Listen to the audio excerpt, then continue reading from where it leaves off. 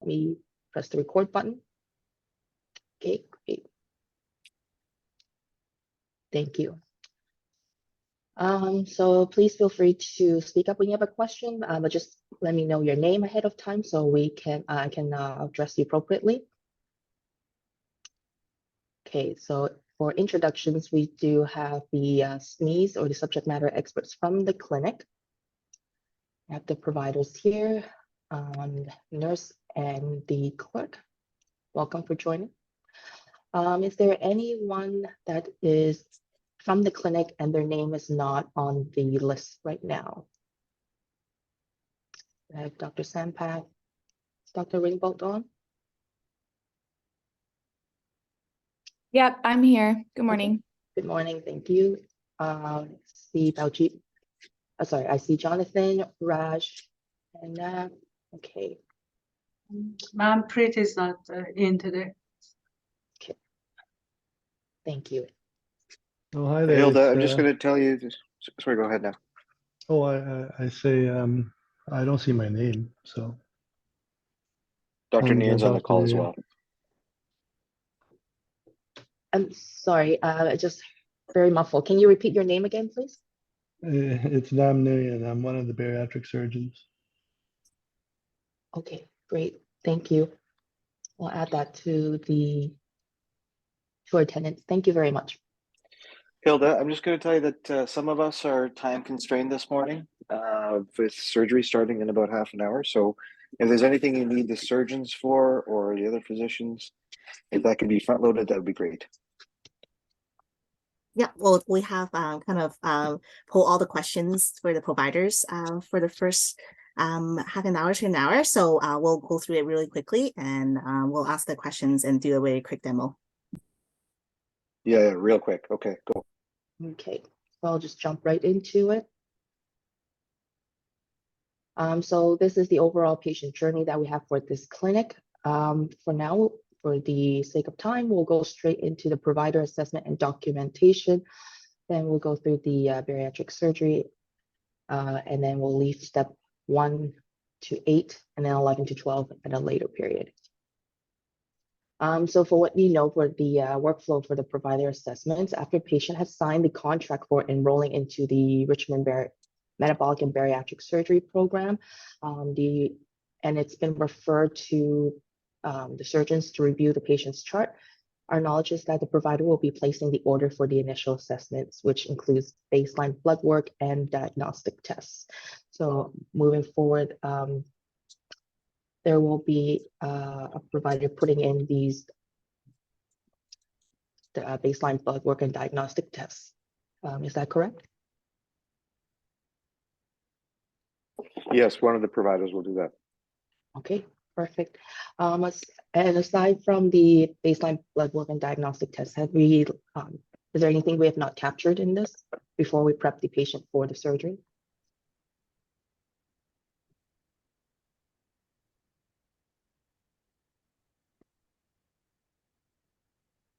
Sorry, I'm just texting. It looks like some of our team are trying to join our usual meeting. So I'm just distracted here for a second. I'm just going to send this link again. Just a moment. Mary, I have a question. You know, for the provider to enter the blood work and initial assessment, and to enter the diagnostic test, a lot of the orientation is sometimes done virtual, and these tests are done in other health authorities and not in our hospital system. Does it still make sense to enter the orders into Cerner when the patients are in health authorities that don't have Cerner? Right. Okay. So Dr. Nguyen, that's a very good question. So once the patient has been accepted into the program, an encounter will be created for the clinic. So, so what I guess what you're asking is that these patients might be all over the place, not just within Vancouver Coastal. They may be from Fraser Health, Island, or even up north, right? In the Bella Coolas. So what happens is that when you place these orders, a requisition will be printed. So we can definitely send off those requisitions like the same way that you guys currently do, emailing it to the patient. And then with that, then the patient will be able to kind of take those requisitions to their local hospital or their local labs to get those blood work and diagnostics done. And the reason for placing those orders in Cerner is just for us to keep track, right? Just like a patient's chart, we have to have a way of tracking what kind of tests and documentations has been done on the patient. So so yes, we will need those orders to be placed in the Cerner chart, even though the patient is not local. Does that answer your question? Oh, yes, it is. Thanks. I mean, Okay. we will be able to track them when we get the results, but have we resolved the issue that we had last time at the meeting as to who is going to enter all these lengthy orders? Because I don't think there's any point. Nam I have Have you? resolved that. Well, Oh, I you mean, have? Okay. I've theoretically resolved it. So we'll bring in some internists who are doing their A-bomb, plus the existing A-bombs in the program, if they're interested, can start running orientations, and then they would be the ones to initially submit the orders. Yep. I did. I did. I'm on a call. Just on that note here, when you say orientation, do you mean the group orientation, or are you referring to the initial assessment? The group orientation. Okay, and would there be any other sessions that this internalist will also be running or providing supports? Potentially, we're not entirely sure how it's going to run. I mean, we're kind of rushing it to the forefront in order to accommodate this restriction of Cerner, right? So we don't know. Okay. It's highly theoretical. Yeah, no, that's totally fair. And that's kind of the conversation we've been having with Jonathan as well. So thank you so much for the confirmation. I think for us right now, we have make it very generic. It's a provider workflow. So within the clinic and within your team, I guess like that can be decided later who that provider will be. So for our build for clinic and Cerner build, we just wanted to know that as long as it's going to be a provider who's going to be taking on this work, and we got a confirmation already from Dr. Sampath, and I think that's good enough for us to move forward with the design. Nam, does that work for you?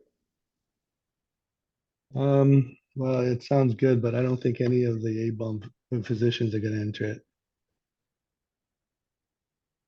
it. That's specifically I've talked to them, two of the internists who want to join the program, Sanjay Laki, and so that's specifically their role.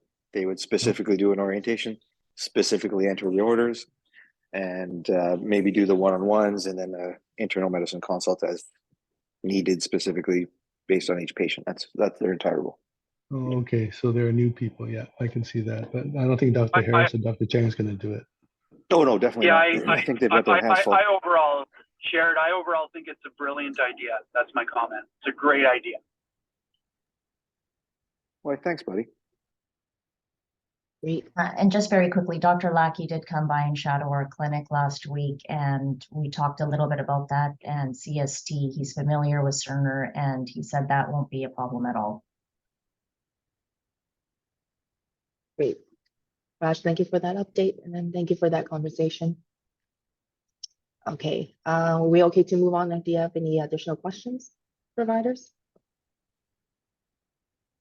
Okay, you're done at the moment.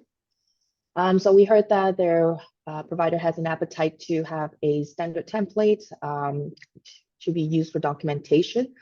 So for the purpose of this session, we have developed what we call an auto text, which is a short key or a hotkey that you can type in the documentation field, and it'll auto-populate a generic template where you can type in the information that you have received from the patients. So we'll be demoing that information as well. Just a heads up, there will be a future, sorry, apologies here, meeting with the provider adoption team where Johanna and Yelena will meet with Dr. Sampath to discuss the workflow further on. Okay. So this is a screenshot of what we call an auto text. For this one, it's abbreviated in comma, and this long line, a string of text, and this can be customized. This auto text can also be customized, but this is one of the inputs that we have received from the provider. So that's what we will be demoing to the providers right now. So Hilda, if you're ready, I will let you present and demo the provider portion of this.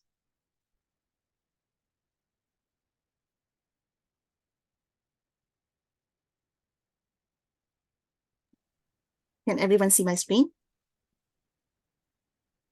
Okay, perfect. So so right now I'm logged in as a surgeon account, as you guys can see, and I have the patient's chart already open. So this is going to be our test patient for today.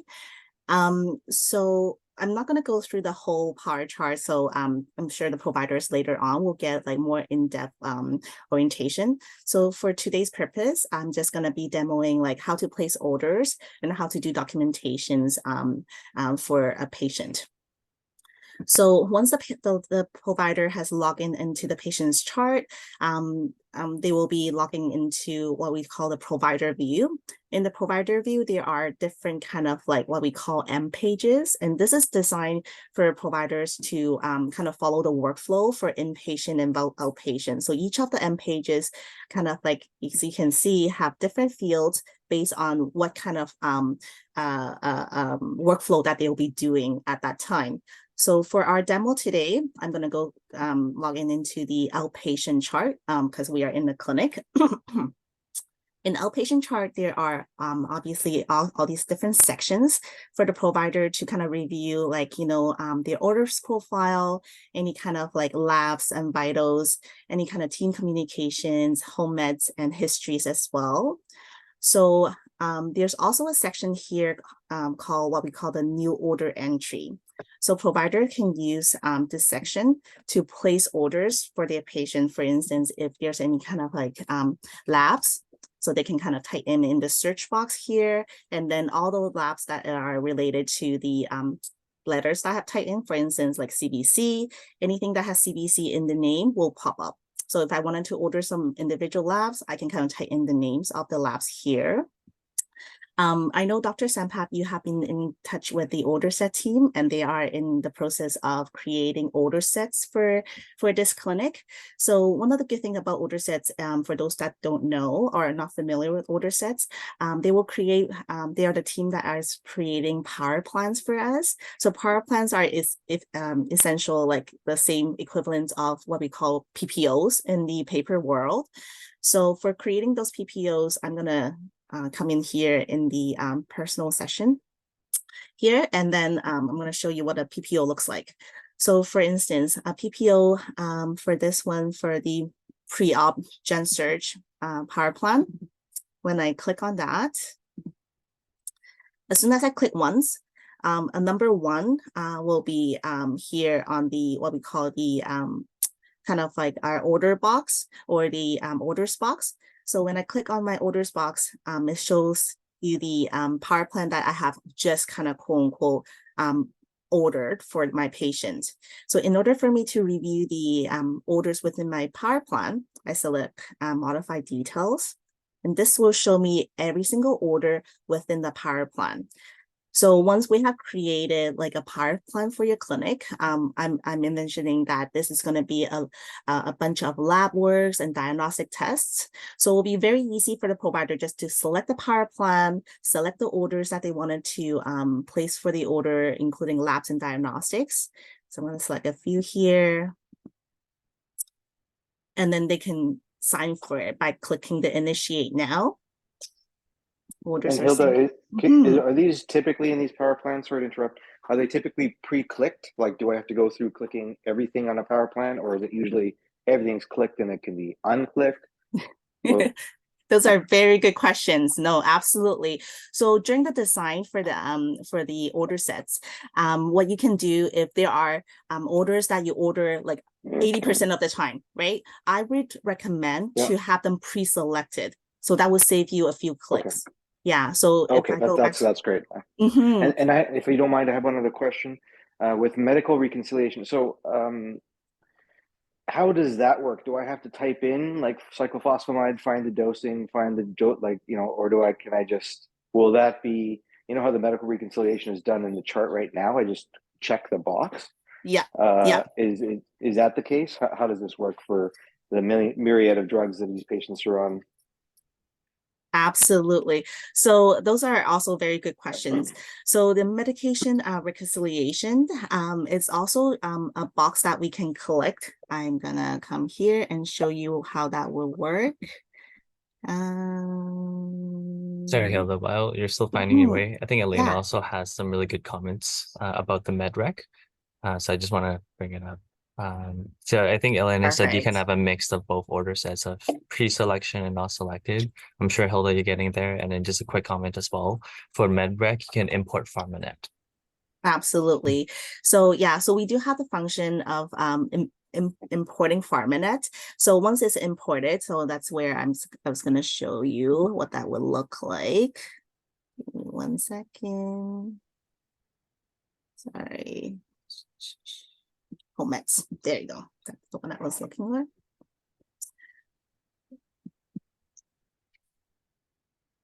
So this is the button that we do medication reconciliation. So you see the button here that says external RX history or pharmacy history. So this is where the button that is going to import all the medication from PharmaNet. So we have the functionality of importing them. Obviously, I'm not connected to PharmaNet right now. I'm in a test domain.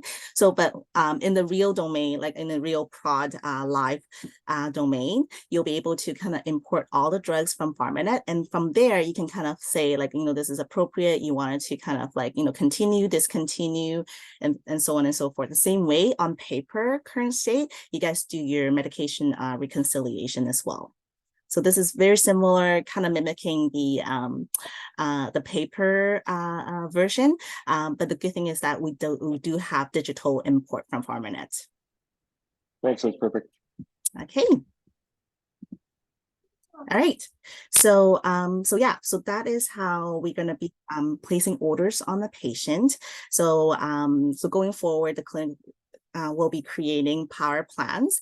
And then again, I will recommend having like, you know, the orders that you do order frequently for these patients, like a baseline blood work and diagnostic, have them pre-checked, select the power plan, and then sign for it. And it should be pretty fast and straightforward.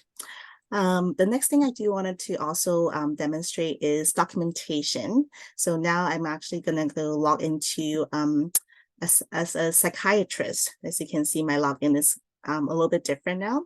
So I know I've been in contact, actually, Raj, thank you so much. You've been in contact with Dr. Soma, and Dr. Soma has actually sent us a template of a documentation that he wishes for us to build. So I have created like a sample kind of template for him. So we're going to be demoing that today. So same thing, I'm still in provider view in the outpatient chart. At the bottom of where all the section is, there is a create note section. So right now I'm going to create a psychiatry clinic note. I'm going to use the free text version.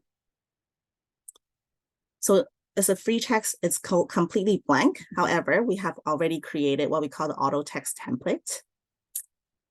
So I'm going to put in my code for that, which is comma, comma, psych. So as you can see, as soon as I type in the few keywords, the auto text that is matching already pops up. So all I have to do is select, click enter. And this is a template that will automatically pop up. So, so as you can see, there's multiple ways of creating these, like what we call auto text templates. So for things like, you know, session dates, we already have to kind of pre-populate as the current date, patient's name, PHN, and day of birth. These are all already pre-populated by pulling from the chart. So you don't have to manually enter any of these things. And for things that do have like, our set kind of like, documentations, we can even do drop downs. As you can see, attendance, if there are a few things that you always document, we can always create drop downs for you. And also group names as well. So I've created like the cognitive behavior therapy or the binge eating. Again, this is all customized. So the end user can kind of like, modify this based on how they wanted it or add things and things like that. So our provider adoption team will be meeting with each of the providers, and they can kind of help each of the provider to create their own custom template. Or we can do kind of like a group one if there's like a standard template for the whole group, like the whole surgery team or the whole psychiatry team. And we can create one for the whole group that can be shared amongst the team so that not everyone had to create their own as well. I can see that there's, Jonathan, you have raised your hand. Yeah, thanks, Hilda. I think there's just a comment from Dr. Harris. He mentioned that he sent in some design lab order, or he sent in some lab order sets. Just wanted to confirm that it has been sent in and it's in the process of being built. Okay, very good. Thank you. Thank you for bringing Thank that. you. Yeah, so we have already forwarded that to our order set team. So as part of the order set team's build, they will be reaching out. Dr. Harris has like our order set team reach out to you for any kind of like gap analysis or requirements and things like that yet? I think he's seen thumbs down. No contact. That's why I wrote the question. I'm in Okay. charge of all the order sets for this program, 15 to 20 of them. You got 20 to design, and I haven't heard a peep about it, other than the forms they sent you 6 weeks ago. So yeah. give me a note. Thank you for the reminder. So we definitely passed all your lab work and lab requisitions and all that to the order set team, so they are aware. So the order set team, their designs are a little bit later on. So we usually do our clinic designs first, and after that has been completed, usually then the order set team design does happen. But I know that they have started the process, but there's like so many order sets, so they might be just still kind of going through the different specialties and all. But we will definitely follow up with the order set team to make sure that your orders, your lab orders gets captured. And then if there's any questions and so forth, we'll follow up and see if there's a tentative design date and send it your way as well. Does the CST Cerner system have every fax number of diagnostic imaging inputted in it in British Columbia? So for example, we fax the order set for a bone density to Prince George Hospital. They will get it because it's already programmed in. That's also a very good question. So at the moment, we are not able to kind of do what we call auto faxing from the system. At least it has not been approved for Richmond yet. So we have started, so Cerner does have the functionality of doing auto faxing, like, the orders for like, diagnostics get faxed to Prince George, to Fraser Health and all that. So that pilot project has been started when we went live with Prince George. So far from what we heard, it has been quite successful. So and the plan is to roll that out to all the live sites and all the future sites as well. However, because we just started that pilot project with Prince George, I don't know what the timeline is for Richmond. So at the moment, it does require a manual faxing. For instance, I did mention that once a lab or diagnostic test has been ordered, a paper requisition will be printed out from the clinic printer. And then it does require the unit clerk to manually fax it to all the sites if they are doing it outside of what we call the Cerner sites. If they're doing these tests at like BGH, Richmond, St. Paul's, Lionsgate, all the sites that are live with Cerner, absolutely, they do not need a requisition to go in. They just go directly to the hospital lab or diagnostic department, and we will have the orders there. For sites that are not live with Cerner, unfortunately, we do need to kind of fax those requisitions or get the patient to bring their paper requisition to those sites. I think 45 to 55% of bariatric surgery patients in British Columbia belong in Fraser Health at the moment, FYI. Okay. Yeah, good to know. So I guess the like right now, we're hoping that by the time next year when Richmond does go live, that we will be able to kind of so the clerks will have the function to send the lab form over email to the patient. Correct. Good, as long as that's taken care of, but it sounds like a lot of manual faxing is continuing despite the CST transformation. Okay, thank you. Yeah, no, thank you, Dr. Harris, for that comment. Absolutely. And we are definitely trying to work towards paperless. So that functionality, like I mentioned, has been started at Prince George, and we are hoping to kind of get that rolled out for Richmond. But at the moment, I don't want to overpromise, and that's why I don't want to say that it will happen for Richmond. But the plan is that we will have that functionality rolled out for all the Cerner sites, and that is our plan, definitely. Okay, so so that concludes my provider demo for the ordering and for the assessment, and obviously for the surgeons and for other physicians as well, like the bariatricians and all that. We will be definitely reaching out to kind of create different personalized templates or specialty templates for you. So that will definitely help to speed up with documentation down the road. Sarah, I see that you have your hands up. She just did put in the chat earlier, training for providers will not happen until next year. E-modules and in-person training combination. Okay. Oh, and Dr. Rainbow, you have your question? Yeah, thank you. I just have a question. So, for example, the template you have up from Dr. Soma now will be for group therapy. Yeah. Will that note then be coded as a group therapy note in the patient's Cerner chart? Is there a way to distinguish that that's a group therapy note? That's absolutely, that's a very good question. So I'm gonna go forward and I'm gonna sign for my note. I'm gonna quickly sign for it and show you what that would look like. So here on the title, it just has a very generic title on here. So what we always recommend is that for each of the doesn't matter provider or clinician or nurses, when they create a note or documentation, put a very more detailed title, so that way for other clinicians, when they're looking for your documentation, they will be able to see it right from the title. For instance, we can say this is a cognitive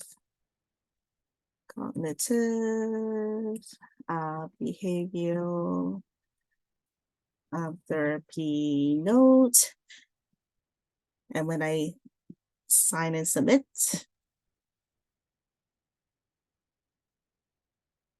oh, I'm not sure why that is here. And then under documents, you can see now, before it was blank, now there's one note or one document that is attached to my patient's chart. As you can see right now, subject already tells me that this is a cognitive behavioral therapy note, and the note type is a psychiatry clinic note, and who is the author and what time it was being documented and things like that.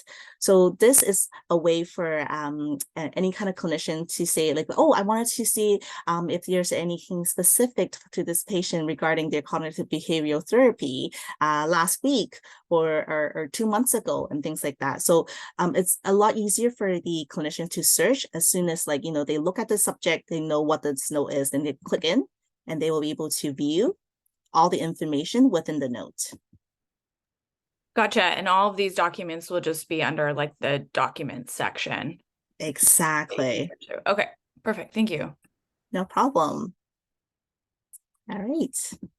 So yeah, as Dr. Ringbaugh has mentioned, under the document section, we can also see all documents that or notes that has been created on this patient.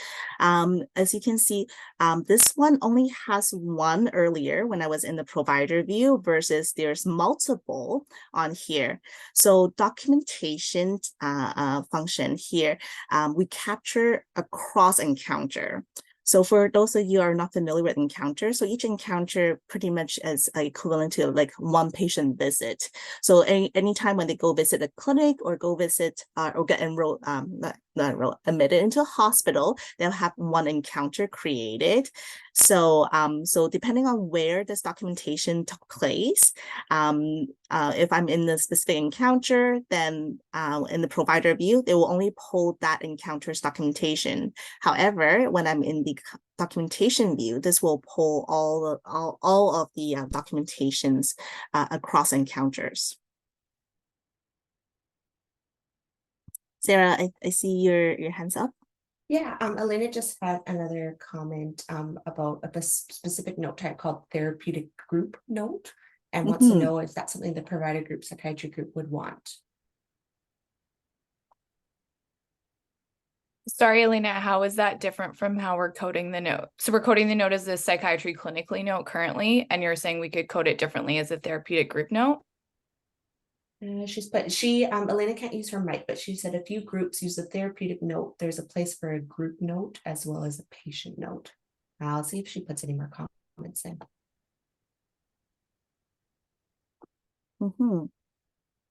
Yeah, those are very good points. And I think, like I mentioned, the provider adoption team will definitely reach out to each of the providers, and they will be helping each of the provider to be kind of like creating different notes that will kind of like, you know, mimic your current state, or even like, you know, help to kind of make it better for how you will be able to view the notes in the future, or have a specific section or note type that, as you can see in here, there is advanced filters as well. So there are different ways for us to kind of like, oh, I don't want to see, you know, everything about clinics, or I only wanted to see admission notes, or I only wanted to see any kind of advanced care planning documentation regarding their co-status, like, you know, and so on and so forth. So you do have options of doing filters, and then that will be able to kind of like, you know, easier to find the specific note that you're looking for. Yeah, Sarah, go ahead. Thank you, Hilda. Elena just asked me to let you know in the gray toolbar menu to just, if you could demo the therapeutic note, just selecting it. Oh. Like this one in the future? To open up a therapeutic note, I think that's what she's asking.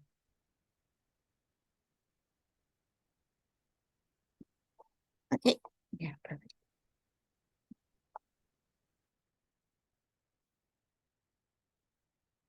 I don't know if we have any documented, but let's see.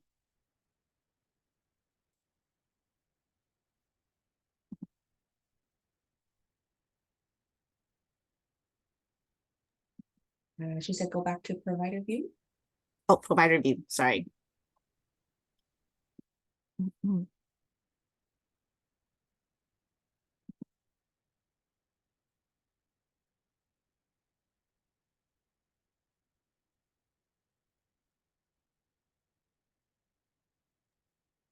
She said the gray toolbar menu at the top, therapeutic note, it might be currently hidden.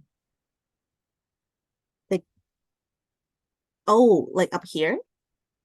If I may, guys, it's okay. We don't have to go through it now because I'm cognizant of the other physicians' time, but I think it would be helpful, like for Raj, Dr. Soma, and I to kind of just chat about a bit of a plan, because certainly I think like the group therapy notes are probably like less relevant to some of the specialists in the team versus like a psych assessment or a psych follow-up note. So if there's a way we can kind of distinguish some of these different aspects of our mental health care, it might be helpful, but we can talk about that separately.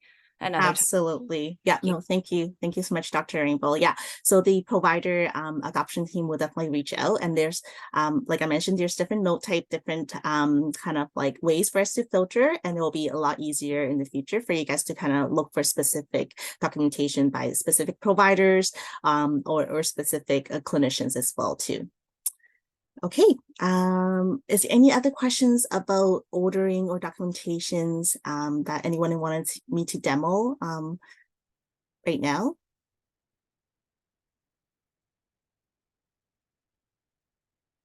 Okay, so I'm not hearing anything, so I'm gonna pass it back to Mary and to continue with the rest of the presentation.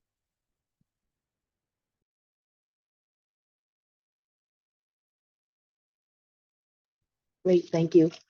So as Hilda asked, we don't hear any questions from providers. We can go to the next steps. But while we have the provider here still, I just want to jump to the very last slide so that we can look into the next step while we're here. So there will be a scheduling design session that's going to happen on September the 18th. The order session, which is the continuation of the session that happened on September, I believe the 7th. Doris was the host, and she did say that there will be approximately a 1 month time before she follow up with the clinic. And then we also have a validation session. And we want to ask the provider in the clinic right now, is there a preference for date that the clinic is available to meet with us to validate what we have designed and that it marries with the workflow that the clinic has.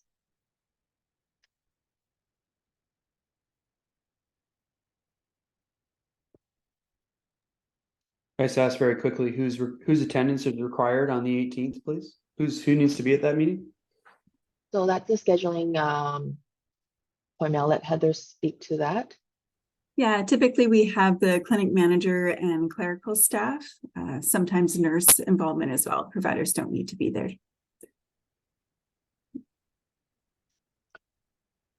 Thank you for that question, and thank you, Heather. But then more so about the validation of the clinic design. Can we get an input from the provider and the clinic as to what they would be suitable to pre-plan for? So for this session, we're aiming to have it sometime in October 2nd to the 20th, I believe. What is the time requirement for this? We can make it very similar to today, to have like the provider for the first hour, and then the rest of the clinic workflow we can kind of like buffer for the 2 hours. So if we can get maybe for 3 hours from 7 to 10, if that works for the clinic, but provider only for the first hour. I mean, even that, like Hilda, I'm just driving in and I'm going to hang up in about 2 minutes. So hour is always a stretch. There's never, I don't ever have an hour, but I can give you like 30 to 40 minutes. And we can whittle down to like bare bones. I'm away till the middle of October. So like the 3rd week of October, we could do it on the rounds day. If there's a rounds in the 3rd week of October. Same time as today. Yep, we can definitely make that work. Yeah, Dr. Sampass referring to mainly the, what did we, 2nd and 4th week of every month. So that would be the 25th of October potential is what he's proposing from 7 to 10 a.m. that day. Okay. So that will be October 25th. From 7 to 10, and then we'll only ask the providers for the first hour. Again, like, you know, I totally understand if any of the providers need to leave a little bit earlier, but anytime that we can get, let's just cut right to the chase. Let's just cut right to the chase. 3/4 of the orders are mine, and I'll be there the whole 3 hours. Okay, let's move on. Okay, sounds good. Thank you, Dr. Harris. Sorry, can I interrupt for a second? Can I also propose maybe October 11? That's also one of our meeting days. Is Sure. that too, yeah? Will Dr. Sampath be returning? by then? I'm away, so I'm away sorry. periodically. So, but if you don't need me, then you're more than welcome to go ahead without me. That's not, don't make me the rate limiting step here. No, sorry. I didn't know you weren't back yet. Sorry, what days are you gone again, Sharon? I can make the 25th. That would be the like the best time. But I'm again, like I said, if this is a validation that's kind of, you know, that my colleagues can handle, then and the group is happy to take on, and I'm happy for that to happen. I mean, to be completely blunt, What you guys I'm happy to represent the surgeons in the order set of ultrasounds. To be completely blunt, that's the easiest thing I've ever said all week. So ultimately, that's fine. We can put it whenever. I'd prefer Wednesday or Friday mornings, please. Okay. Then in that case, can we maybe just confirm for the 25th for now? Because we won't be just doing order sets, because the order sets will be done by a different team. This one will be really just kind of go over like high level of the clinic workflow. So it'll be good for Dr. Sampath and all the other clinicians to be there as well Raj, too. did you have a concern you wanted it earlier due to accreditation? Is that why you're saying that? No, I mainly just wanted it earlier because we have a lot of patients on patient review, but I'll just reverse the meetings for that purpose. We'll just do patient review earlier. So let's leave this for the 25th. I think that'll work. Okay. Thanks, Raj. Sounds good. Thank you. Okay, everyone. Thanks for your time. Go jump off. Have a great day. You too. Thank you very much for your time. Okay. So what I will do right now is return to the beginning of the patient's journey. But before I do so, does the clinic have any questions or anyone that has any questions before I start? Okay, I hear none. Okay, so I'll just go over briefly what this is. With the MBS clinic, we don't have what we call a cookie cutter that we can leverage from the enterprise overview, but more or less we have tried to marry your workflow with the generic workflow that is for enterprise overview. So in short, this is the patient's journey. Starts with a referral that is from the community or through inpatient. The clerk or the RN will go through screening and they'll accept or reject the order. Patient is waitlisted. Here in red are the more kind of differentiating steps from the enterprise overview. So for your clinic, the patient will attend the orientation, and if the patient accepts the program, they will be scheduled for an intake appointment. And then there'll be ongoing clinician assessment also with Ally Health. Once the patient's deemed ready, they will be referred to a bariatric surgeon. They'll go through a bariatric surgery, and then a post-op follow-up. They'll be about 2 years, and then patient will be discharged. So we'll be going through this model to talk about the patient's journey within the clinic. And just a brief Cerner definition. Cerner has what we call external referrals and internal referrals, and it's used a little bit differently than what's currently being used as. When you hear Cerner say external referral, it means referrals are coming from outside of Cerner site. So you could imagine things like the community or any of those weight management program. And when that referral is coming through, it will come through a fax program called the work queue monitor. And from there, you can create an encounter and what we call index or file the referral package into the patient's chart. And then the internal referrals are referrals coming from within Cerner sites. And then the clerk will receive this referral from an application called Scheduling Appointment Book or Sketch App Book. And then the downstream workflow is similar, where the encounter can be created, and then the clerk can index or file the patient's referral package into their chart. Any questions so far? Okay, so I'll go through some pictoriogram, just a bit of a legend here.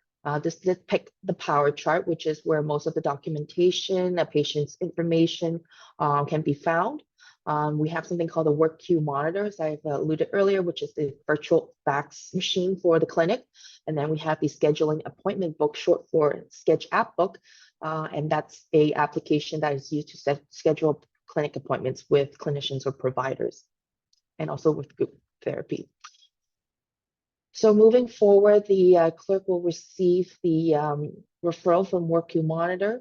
They will verify that the referral is complete and adequate. So far, we know that there's a referral package that they must fill out, and then the clerk or the nurse will screen for age and BMI as the main criteria for the program. Once it's deemed appropriate, they will create the encounter and have it set ready for triage.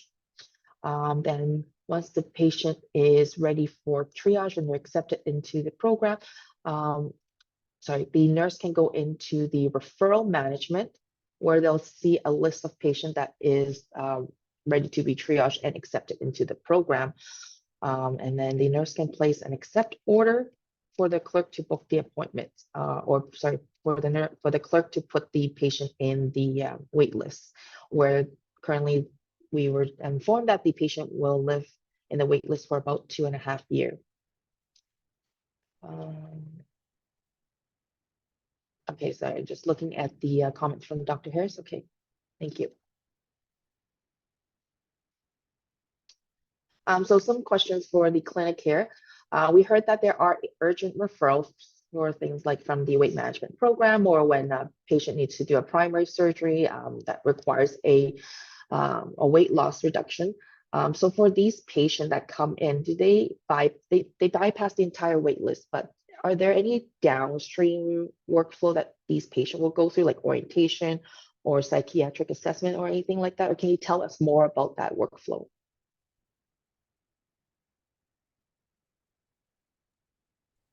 Yeah, so these patients that are urgent referrals, they would still come in for an orientation, or not come in, but join a virtual orientation.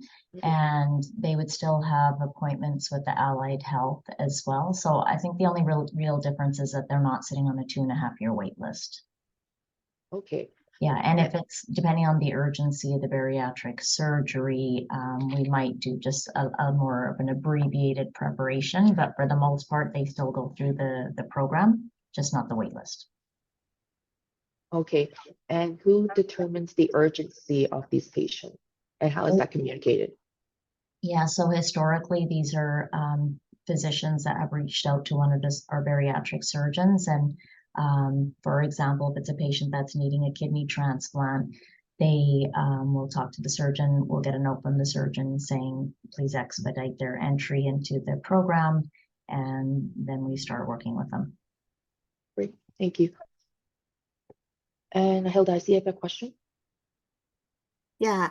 So Raj, so how are you current state? Are these patients still quote unquote being put on the wait list, or are they being booked directly as soon as the referral gets received? They're being booked directly. So historically, what happened is all the referrals were going to the surgeon. The surgeon, one particular surgeon's office, they would receive all the referrals, put them on a 2.5-year wait list, and we would get them when their time on the wait list had come up. And the exception to that rule are these urgent referrals that we're talking about. So if a physician had reached out to one of the surgeons and said, oh, look, I referred my patient this like a month ago or a day ago, a week ago, whatever it was, but the patient's quite urgent, they would explain that. Then that office would then pull that referral and send it to us on an urgent basis. But what we're talking about now is changing this process so that all the referrals will come directly to our clinic. That's correct. So just wondering, do you have like or like a process right now? How do you keep track when you get a pack of like all these paper referrals? How do you differentiate the one that is urgent versus the 2.5-year one, right? So that's yeah, there is no method of doing that, and that's why it was usually a call from a physician to one of the surgeons. And so even now, with the referrals coming to us, when we talked about the referral process, I've discussed this with Val as well, like triaging these referrals. The only triaging that's ever happened with referrals is an MOA at the surgeon's office looking at the BMI and patient's age. and then sending a note back to the referring physician whether it's been accepted and what the wait list is. So for us now, it would impact workflow, obviously, for the nurse. And so for the time being, we don't have the resources to go through the medical history or screen the referral completely to see if it's urgent or not. So we're going to continue relying on a physician that's referring if it's urgent to then let us know.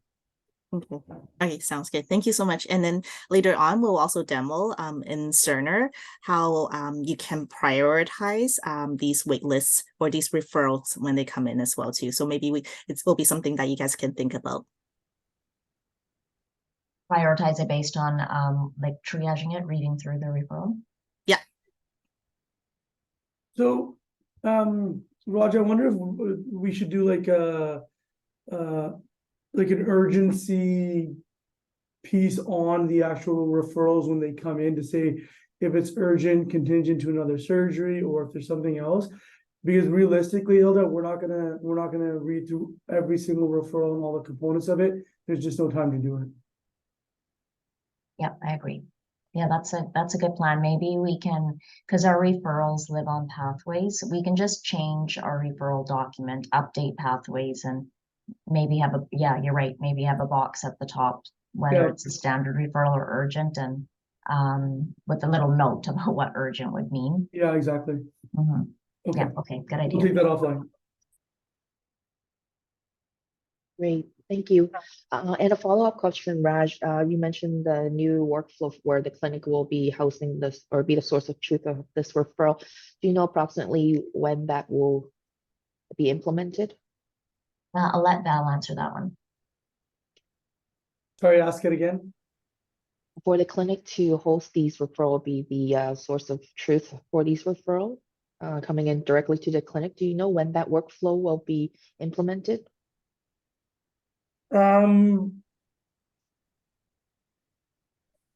Let's say very soon. So I guess I want to understand more about what that means. So I think our plan is that all referrals I think our plan is in the next month or so, is that all referrals come directly into our site and then for them to be redistributed. Okay. We're just waiting on the physicians to kind of help us out with how we're going to redistribute. But it would likely be before we start with Cerner. Great. Yes. Thank you for that, Beth. Okay. And the clinic, a question for the clinic. Can you confirm or let us know what the medical service are for the patient of this clinic?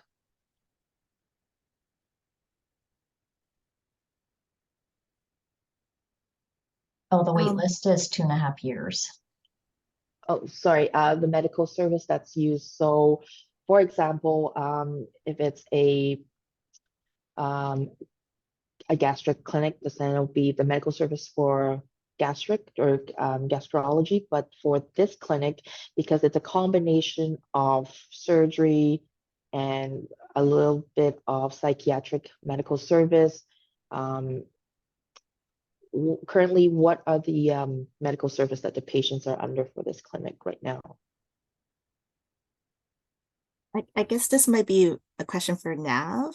When she registered these patients in PCIS, they usually ask for a medical service the patient is registered under. Nav, are you able to kind of provide like all the different services current state that you registered the patient for? I normally register them under general surgery unit and then into our Richmond Metabolic and Bariatric RMBS, like RMBC, that's the two places that I register them. Perfect. So under general surgery, yeah. General surgery, perfect. Yeah, so that's what we're looking for. There's no other medical service other than general surgery you would use, right? Currently, I'm just using that. So okay, yeah. Okay. So yeah, so we'll capture that just to make it easy for you later on when you register patients. So we'll have general surgery as one of the medical services. Do you want us to include like endocrinology, knowing that Dr. Harris also is part of the clinic, and then like psychiatry as well, just so that we if later on these patients are just only under those services, then you have the option of registering these patients. Hilda, if I could just add, like when I do my documentation currently, the patients continue to be registered under Gen Surge because I'm providing a consultation service through the general surgery program. Okay. So they're not actually enrolled under the psychiatry outpatient program. I think that would be quite confusing, especially because there's like a very specific focus for my psychiatric involvement in short-term follow-up. So they're still a general surgery patient. I'm just providing psychiatric services through the general surgery program in which they're enrolled, if that's helpful.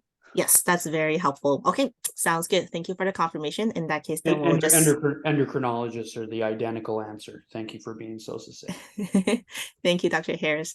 So then we'll just mark general surgery as the medical service for this clinic. Thank you. Great.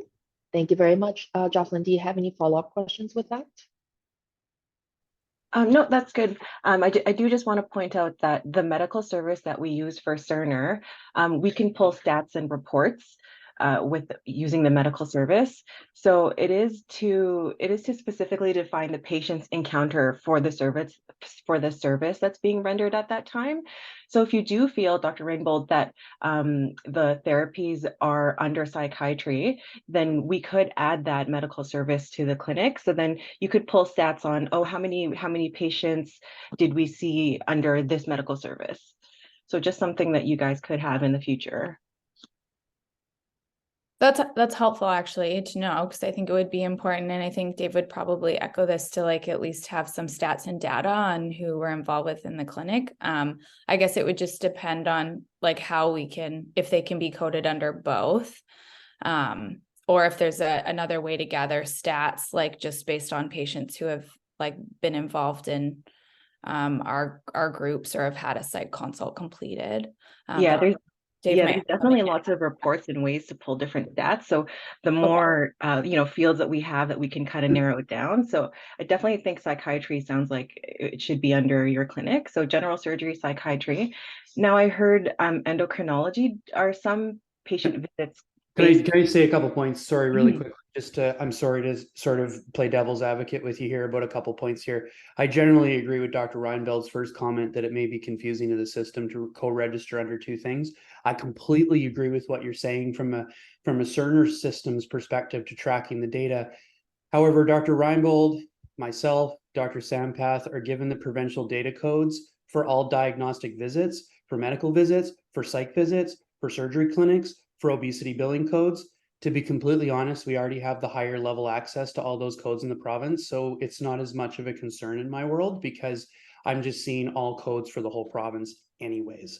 So ultimately, I would respectfully decline that offer. Okay. Okay, thank you for that. So general surgery, Hilda, for this clinic.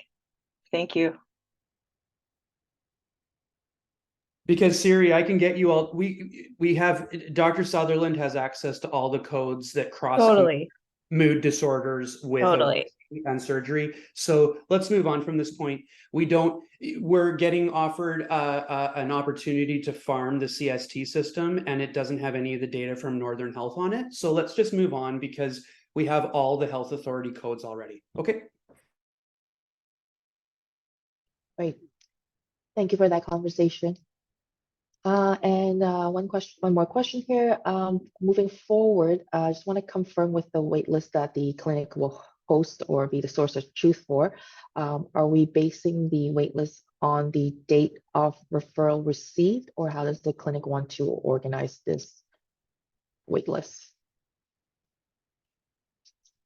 Could be date of receipt or I'll let date Raj of speak to that, but I think it's date of receipt in a big line at that point. I'll let Raj and now speak to how that's handled right now. Obviously, that referral is coming usually directly from one of the 4 surgeons' office, so it would just be a continuation because there's a lag, right, Raj? They would have got it 2 to 2.5 years ago. It sits there until they release it to the program. Then it arrives in your inbox on a certain date. It's regardless what the date's timestamp of the reception is the next list. So I think that's the answer. Would you agree, Raj? Yep, you're right.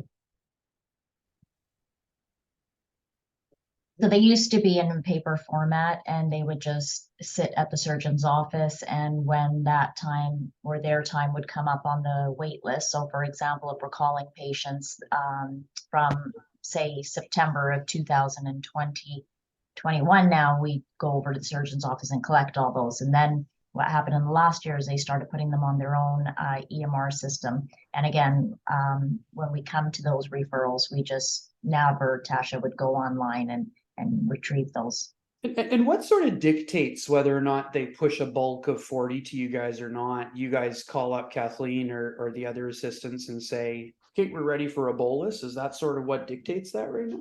The date really. So yeah, as soon as we do our orientations once a month and we usually we don't just get a bulk of 40. We actually have to usually call about 200 patients to get 50 to 60 people for our orientation. So yeah, it's all timing. What if you call 200 and then we go and register 200 in this new system and 150 are left hanging and 50 come? Do those 150 get called again a second time and then we send back, or what happens right now? Just because they're going to use that next now.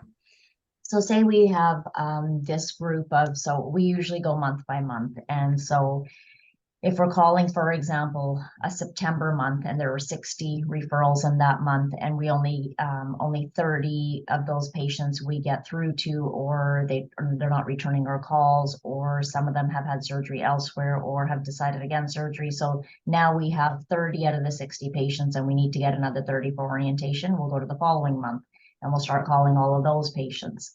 And so the patients that don't respond, if we have tried calling them 2 or more times, we then send the referral back to the GP, stating why, and then we just shred it.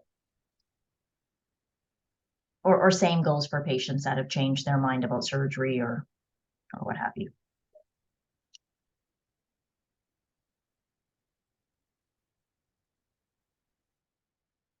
Okay. Great, thank you. Are we okay to move forward? Okay.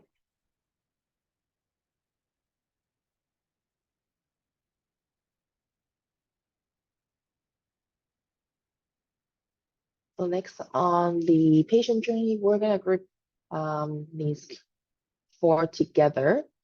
We'll just go through the slides. So starting with the patient attending the orientation. So this is the happy path. There's a success contact with the patient and the patient decides to join the program. The patients will be booked into the initial assessment. But let's say you contacted the patient and the patient after the orientation, the patient needs time to think if they want to join the program or not. What we can recommend is putting a note in what we call the ambulatory organizer that the nurse and the clerk will have access to.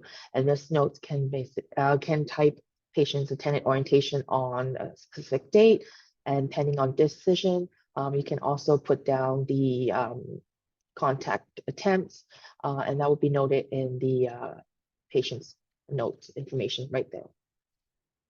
And once that note has been saved, you will see this icon.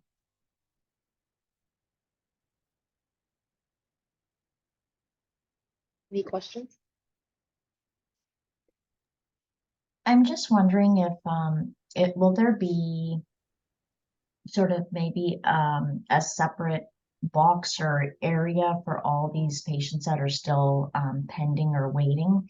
Because I'm just wondering in terms of workflow, I'm guessing then that the unit clerk would not know this unless they click into a certain patient's chart. Am I right? Right, but we can look into other downstream workflow in the clinic, and then from there we can do a more holistic review of the system to see where we can kind of fit your requirement in, or see if we can fit your requirement into a pre-existing function we have in Cerner. This is something that I will need to take back to our design team and discuss further on. I just wanted to clarify, was the question, Raj, about whether or not there was waitlist functionality in Cerner? No, so not for waitlist. And Nav, you could maybe speak to this because you'll understand your own workflow a little better. But I feel like normally when these patients haven't yet responded about whether they are going to be joining, then Navneet usually will keep a pile of those charts in a separate drawer. And then a couple weeks later, she will revisit and call these patients to see whether they made a decision. I'm just wondering now, rather than these patients have a chart in Cerner, and rather than us having to go into each patient to find out into their chart to find out whether they're still pending a decision, it would be good if there was some sort of separate filing system or a box where maybe it says something like or attended orientation pending decision, and a list of those patients' names come up. Yeah, we'll have to take that back to the team to discuss. We did want to gather a bit more information this session about your requirements. So understanding now that she now just keeps a stack of the paper charts, we'll see if we can come up with something else. But yeah, this was the best situation or solution we could think of at the time before this session. So we can do some more brainstorming. Yeah, I think we discussed this. Mary, was that with you at our last meeting with NAV? We were discussing that this was something that yeah, so we did talk on Friday, and this is just given a time frame that we have to brainstorm. This was one of the recommendations we can put forward at this moment in time. Having said that, we can still take this back to the team. We'll have more time, and then we can think of a more holistic or a more convenient, user-friendly way for you to achieve your requests. Hilda, you have a question?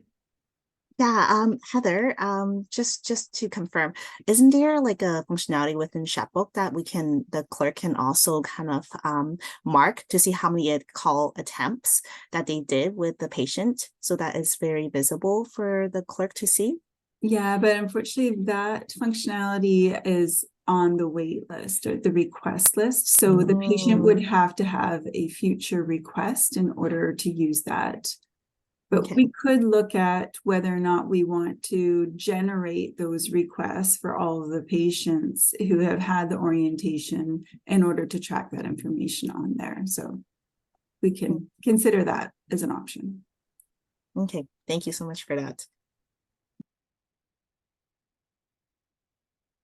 Or maybe even, yeah, all of the patients that have had orientation sort of sit in one area. And as the patients send in their decision, they're opting in, we would be removing them from that area. And now that they're in a, and I don't exactly know, sorry, how Cerner works, so I haven't seen it to know, but they would then have a chart built for them or what have you, however we proceed with next steps. And then whoever is remaining in that orientation field will know that they haven't sent their decision in yet. Would that make sense? Something like that?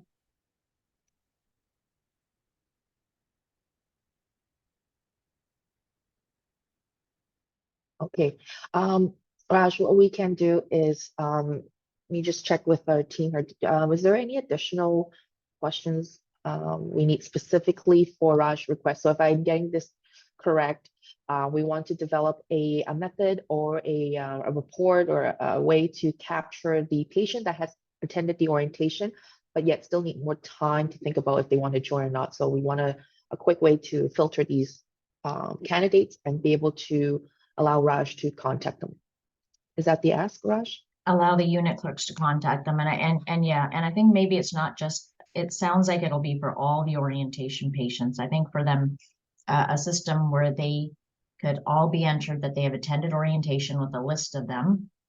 And then as they decide to opt in, we can start removing them from that list. And then we'll be left with the patients that haven't responded. I think that would probably be the best way. Perfect, thank you. Okay, so we'll take this back.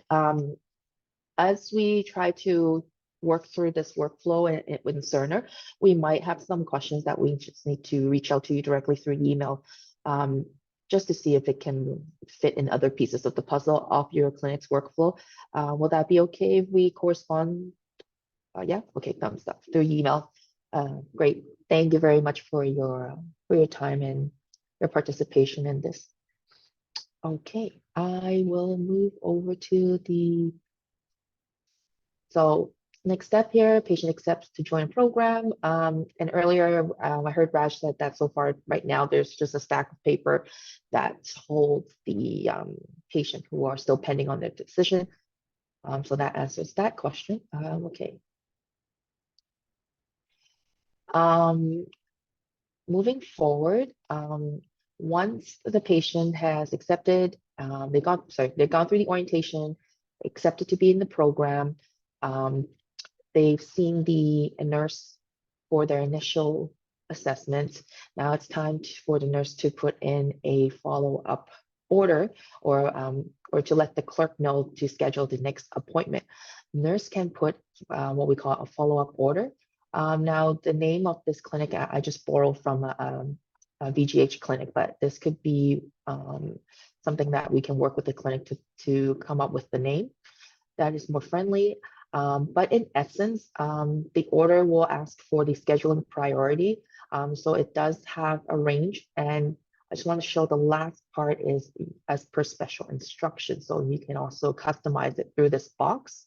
And then the appointments requested is for follow-up or for follow-up orders.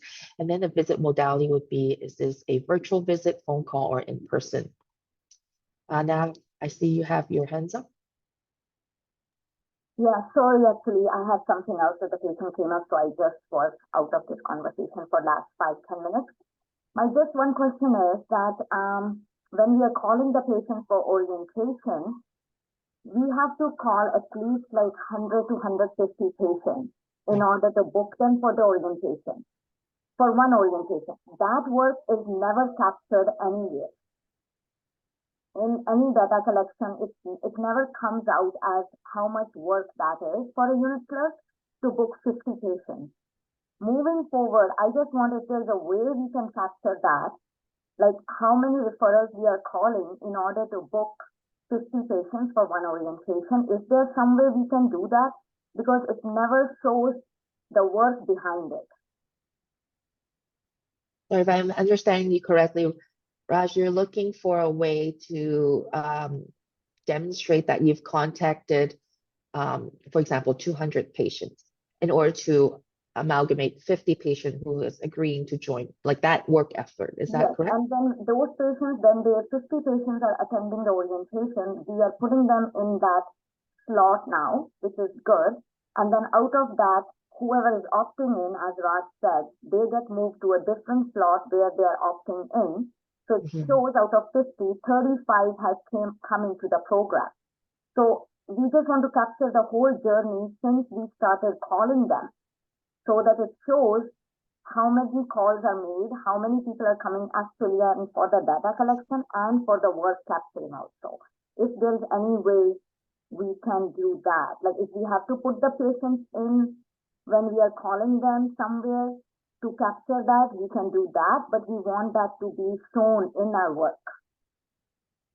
Might need to gather some more requirements for that request. So when you call those 200 patients and let's say 150 say, will they just say they don't want to join, or is it as simple as that? Or would they say, okay, I want you to call me next month, or I want to try a different orientation because it doesn't fit my timetable?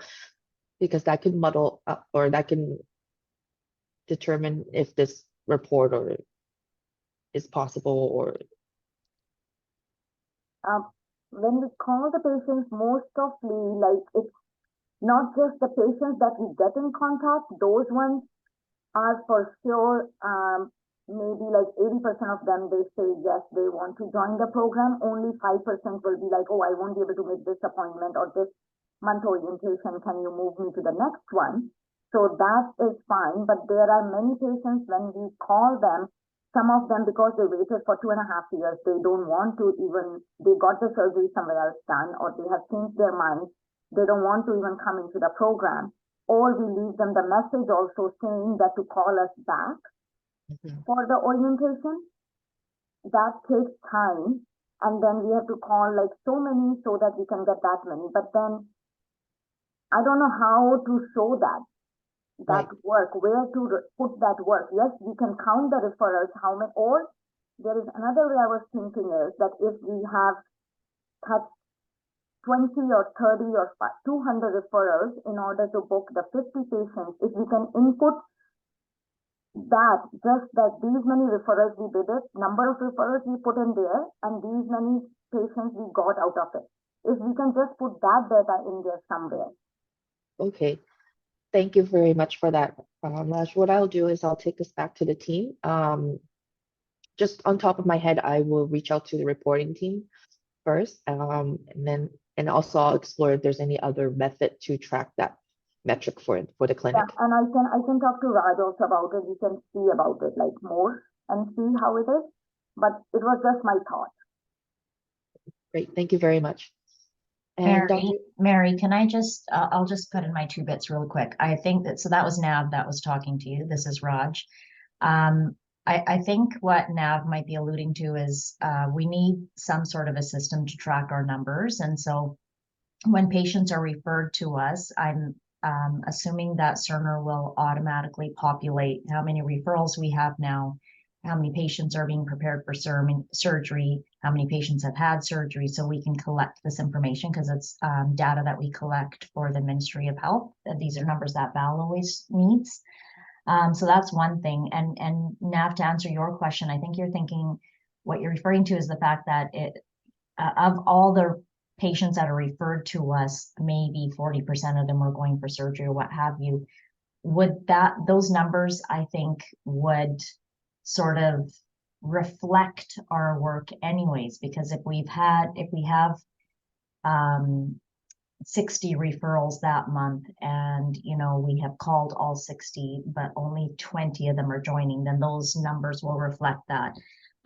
Mary, maybe when you take it back to your team, we can ask when the referral comes in, when Navneet were to go and pull that referral now to call the patient for orientation, would there be a way of having like 3 little boxes, like the patient accepted and is coming in for booked for orientation, or the patient refused, or couldn't get a hold of patient, or something like that? Oh, hi, it's Dr. Nguyen. Just a comment. I mean, I was the one who wrote the software to manage the previous wait list.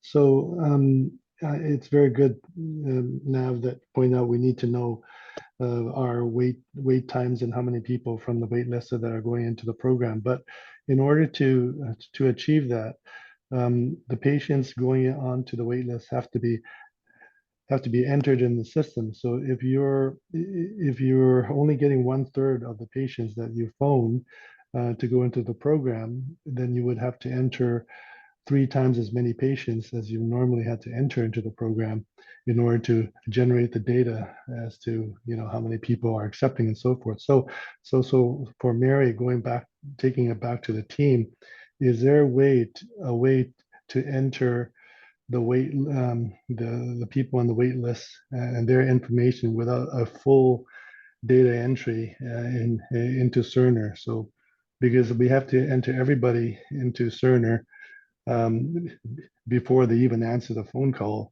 that would triple or quadruple Navneet's work. But Nam, would we be entering them in? Because if the referral starts coming directly to us, then oh, I see what you mean. Because the referral isn't automatically, unless it's an internal, right? We would still have to somehow input that referral. Yeah, so in our demo, we'll show you that every single referral that is received will be added to a request list. So they will have a referral encounter created and be added to a wait list in Cerner.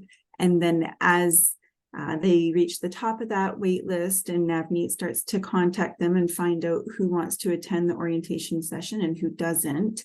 She will either book the patients from this wait list, which will remove them, or she will cancel if the patient says they are no longer interested.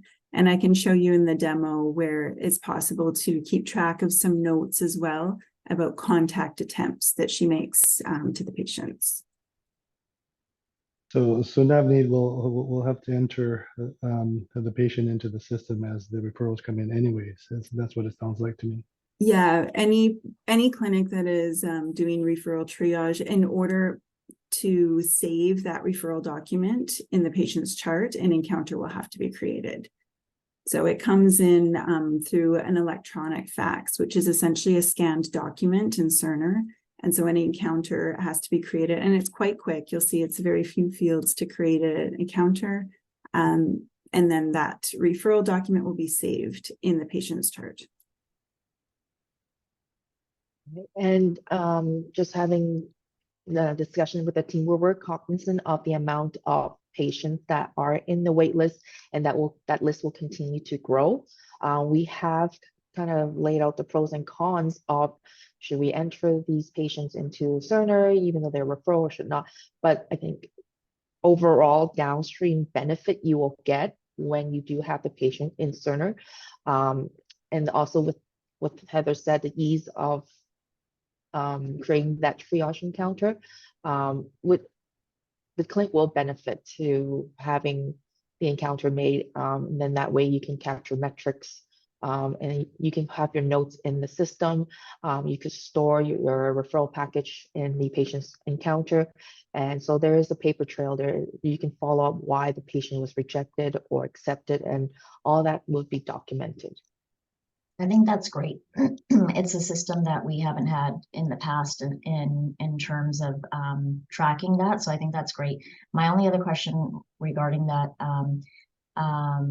there's a mention of once we've retrieved that referral and invited them for orientation, they'll be removed from the wait list. So when we're tracking all this information, will we be able to capture each fiscal year how many patients were on the wait list? How many patients had surgery, how many patients are being prepared for surgery, etc.? How many patients were discharged? Very good question. Is anyone on the team from reporting right now on? That information is actually crucial for us to have. So I just want to make sure that there's some way of building that into the system, and for it to be at a quick glance for Val to be able to just pull that information. Okay, then in that case, can I take a moment to just capture the type of metrics that the clinic would like to have once we're in Cerner? So I heard the attempt contact for the orientation versus... No, so the metrics that we would need were the amount of referrals, so number of referrals, number of patients. So the number of referrals is basically the number of patients on our wait list. And then we would need the number of patients preparing for surgery, the number of patients who had surgery, and this is all within the fiscal year, and the number of patients that were discharged. Discharged from the clinic? Correct. So the Raj, the only thing we referrals, and because remember when we get the number of referrals doesn't always account to the number of individuals we have in the program, because sometimes after referral and going through orientation, people will drop out, right? So those are the discharges, right? Oh, do we count the discharges if after orientation they discharge? Correct. Because if they've had any involvement with the program, like if they've had a nurse's intake and then they drop out, That's so fine. I think and that's all the information you need, Belle. Is there anything else? No, that's it. That gives me enough information that I need for Ministry of Health and for us to do our fiscal planning as well. Okay. And Raj, with these metrics, are you looking to have them filtered across the year, the month, or do you need variable timeframes? Variable timeframe. So we need we usually do it by either month or fiscal period, and then by year. Okay, and what is your physical period from what month to what month? Fiscal period, so there's a fiscal calendar that runs, right? Starts April the 1st, and then runs through to March 31st. Right, okay. I'll put the calendar in the chat. Thank you, Jonathan. Thanks, John. Dr. Nguyen, do you have any other questions? See your hand still up or your hands up?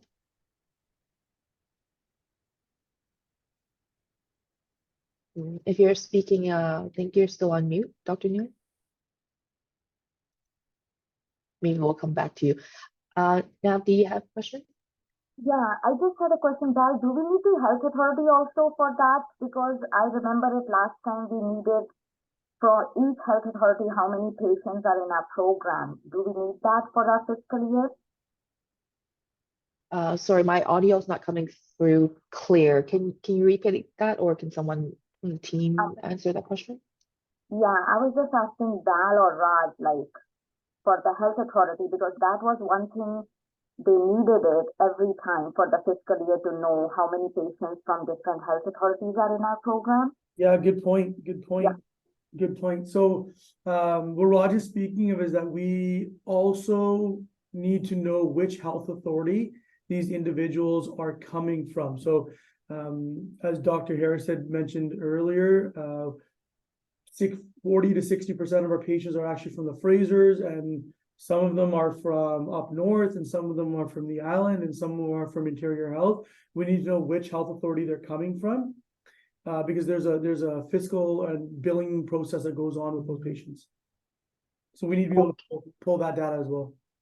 Okay, so let me understand this report a little bit more. So how many cross-section are there in this report? Are you looking to find out the number of patients on wait list from which health authority over a period of time? Are those three things within one report? So within the same report, we'd like to know how many patients are waitlisted, how many patients are ready for surgery, how many patients have had surgery, how many patients have been discharged from the program, and which health authority these patients have come from. Okay. 5 components. I will take that back to the reporting team. Sorry, can I just clarify, not how many patients are ready for surgery, but how many patients are preparing for surgery? Okay, maybe if I can get that email to us, those 5 metrics. Okay. Val, do you need to know how many patients have been waitlisted for surgery? So how many patients are cleared and waitlisted for surgery, or no? It's helpful because that actually helps to determine or could help to support our surgical allocations with the number of waitlisted patients. But we could also pull that. Well, we should also be able to pull that from Cerner, from the waitlist data for surgical waitlist, right? CST team? I mean, I guess it would be nice if these metrics are all sort of kept somewhere, right? And then you don't have to go looking for it. Yeah. My preference is that they're all together. So let's add that in there. Okay. Yeah, we'll have a look. We'll take this back to our team, knowing that, like, I know the surgical team also have a lot of metrics and reports that they are pulling from ORMIS as well. So this is also something that we might look into. And we do have a lot of reports in Cerner that are currently created. So we definitely have to kind of go back and do some research and see what kind of report will actually be beneficial for your clinic as well too. And if there's new reports that might be needed to create. So yeah, we'll take it back and then and have a look at that, and we'll bring it back to the team or through email or through validation our next session. Okay, sounds good. Thank you for that. All right, continue on with the patient's journey. Questions for the clinic here for the range of visit frequency. Throughout different sessions, I heard it could range from 4 to 8 weeks for these ongoing visits with clinicians and Ally Health. Is that understanding correct? 4 to 8 weeks apart? Correct. Okay. Then maybe just a note to registration, or sorry, to Jocelyn. we may not be able to use the reoccurring encounter, because to my knowledge that reoccurring encounter has the hard stop within 4 weeks between visits. Yeah, that's right, Mary. They're 1 month, 30 days. So yeah, we'll use outpatient encounters for this clinic. Okay. Thank you. Okay, and for the post-bariatric surgeries, how does the clerk know to book the follow-up appointments once the patient has been discharged from the hospital? So typically, once a patient receives a surgery date from the surgeon's office, the surgeon's office will notify our unit clerks of the date. And based on that date, Navneet and Tasha have an Accelerus spreadsheet, and they track the patients on there. They then will go in and book a pre-op appointment where we go over the information about their diet for after surgery. And at that same time, they will also book the first 6-week follow-up appointment with the dietitian. And so now they're in the post-op stream, and they will know that the appointment's already booked. Great, thank you. And if there were any change to the OR time because of unforeseen OR use, I guess the workflow would be for Nav or for the clerk to go through Accelerus and just keep updating that sheet, or is that correct? Sorry, did you say if they were waitlisted? Oh, sorry, if there has been an unexpected bump with the OR time. Oh, okay. Then again, the surgeon's office would notify our clinic if the patient didn't have surgery. And I guess the second catch would be one of the nurses on the team, because we see all the patients post-op day 1. So if we went and see the patient and weren't notified, and now we find out that the patient actually didn't have surgery, we would cancel that 6-week post-op appointment. So typically, again, everything is a paper chart. We just have a separate holding area where we would put the chart until we were notified again that they have surgery booked. So for Cerner, we would just, we would need some way to flag that. Noted. So it sounds like in terms of communicating when the patient is ready for post-op assessment, is more verbal or through the communication between the private MOA to the clinic's clerk. That's right. So verbal or via email. Navneet, you can correct me if I'm wrong, but verbal or email. Okay. Yes, mostly I get the emails if there is something like that, or they call me. Okay. Or if the visiting nurse hears something from the unit, they'll also give a verbal heads up to the clerk as well. Is that right? Yeah. Yeah. Okay. Okay, great. Thank you. I believe that concludes questions that I have regarding to the workflow from the clinic. Anyone from the CST team has any question that would like to ask? Or I may have missed, or we need further requirements, clarification? Okay. I hear none, so I will have the demo right now. If I may switch this over to Heather.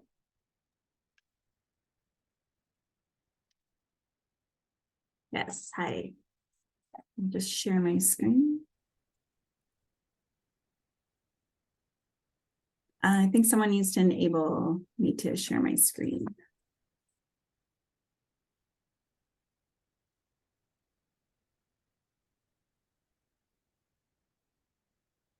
Mary, are you able to do that, or Hilda? I don't have the ability right now when I click on your name. Hilda, do you see that ability? Okay, you're good, Heather. Perfect. Thank you. There we go, thanks. Okay. So my name is Heather, and I'm from the scheduling team, and I'm going to demo the clerical pieces of the referral triage workflow and show the wait list and scheduling the first appointment. So where I'm starting here is in the application called Work Queue Monitor. So as mentioned before, in the future, faxes won't come in on paper. Instead, they will be automatically scanned into the system, and they will appear in WorkQ Monitor as a scanned document. So each clinic has their own tab within WorkQ Monitor, and that tab is associated with a fax number. So we don't have one set up yet for the bariatric clinic, but in the future you will see one called probably RHS Bariatric, and every fax that is sent to your number will come in and appear as a separate line item, just like this. So I'm going to grab just one of our available documents here, just anything. We can just pretend that this is a bariatric referral form, and we just need to double click to open it up. And this is where the clerk will review the details of the referral. And if more information is required, you can follow up with the referring provider. If you're ready to go ahead and add this patient to the wait list, first we want to create a referral encounter. So we go up to this icon here called Select Patient and do a patient search. So using the information in that referral form, ideally it would come with the PHN. So you would just enter the PHN in here. If not, you can use name and date of birth to search for your patient. So I'm just going to use our test patient. Test. And this is the patient we're going to use today. So we see that this patient already does have some encounters, but we're going to assume that they don't have an encounter in our clinic and use the Add Encounter button here to create that referral encounter. So we're going to use the VGH gender surgery type for the purpose of this demo. And when I do that patient search, it is going to search the EMPI, which is the External Master Patient Index, and pull in any updated demographic information. And this currently in our test system, we do have to input that data twice, but this is a glitch in the test system. So it has referred to the EMPI and updated Cerner, or pulled in any updated demographic information. And in order to create the referral encounter, you would want to validate that the demographic information is appropriate based on the information that was provided on that referral form. So clerks ideally have 2 monitors, and we usually make sure of that before go live so that you can have the referral form on one monitor while you're going through this referral management conversation in Cerner. So you can confirm the patient demographic information, and then in the Encounter tab, specify the medical service, which will be filtered based on your location. So we're going to say this is a plastics patient, reason for visit, gender surgery. You want to pull in the referring provider that was listed on the referral form.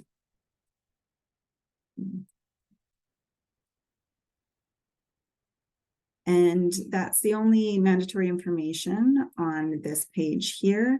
But then we want to jump to the referral info tab. And this is where we enter the referral received date. So I can enter T for today, or I can use the calendar to backdate it, and the referral status. So for your clinic, we'll probably use the referral status of ready for screening or ready for triage, depending on the terminology you want to use, but we do want to be consistent with the option that you select. So I'm going to say ready for triage here and click complete. And I just get a document selection window, but we don't need to print any documents at this time, so I'll click OK. And this is just confirming that an encounter has been created for that patient. So once the encounter is created, you can now see the patient information up in this banner bar. So now that verifies that this patient has been linked to this referral document. So if I want to move forward with removing this document off of Work Monitor because it has all the information I require, I'm going to continue on and index it. So I need to fill out a few fields on the left here, including the document type, and we will just put referral package and referral package. Scrolling down, we just need to update the status to complete. And this field here is what will cause that file to be removed from Work Monitor. We can update the date of service. So this date of service should have the date the referral was received. So I said the 4th was the date referral was received. And then down at the bottom here, which I need to move my toolbar, so we have the performing provider field, and we want to enter scanned document into this field. And this will help differentiate on the power chart side, which documents came in as a scanned document versus what has been entered directly by providers and clinicians as notes in power chart. So once those fields are complete, I can click OK. And that will remove that line item off of Work Monitor because it has now been indexed to that patient's chart and can be found in Power Chart. So I think Mary's going to pick up here as if she's a nurse who's going to go in and review that referral in Power Chart and then decide to move them to the wait list. So Mary, I'll let you share your screen. Great, thank you. Okay. Let me just get the screen ready here. And I just want to address the group. So we'll take a short 5-minute break after this demo. And then after that, we will just have the forms to go over. If that's okay with everyone, or if not, please speak up. Okay. All right, I don't hear any objections. So I'll do my part of the demonstration here. Can you guys see my screen okay? Okay, it is.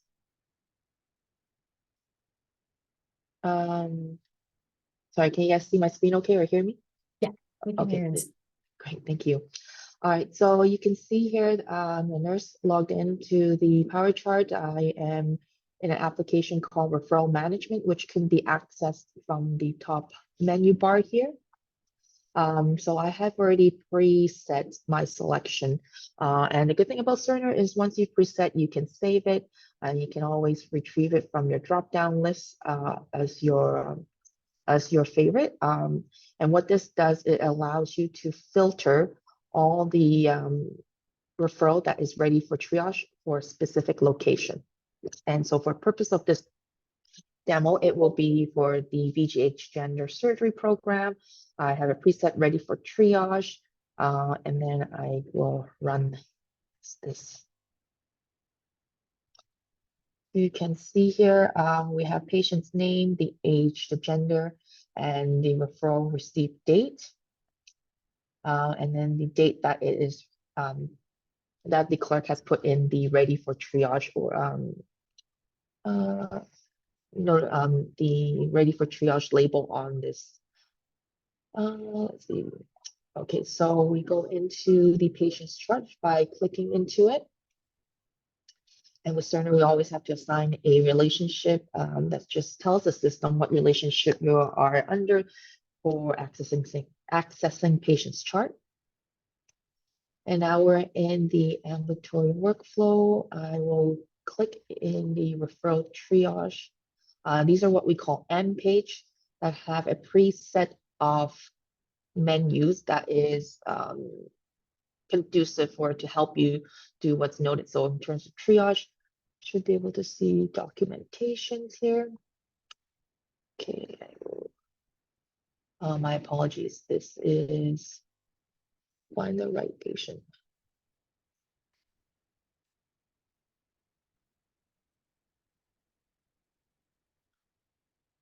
Okay, going back to the triage page and going into my documentation. And I can see here we have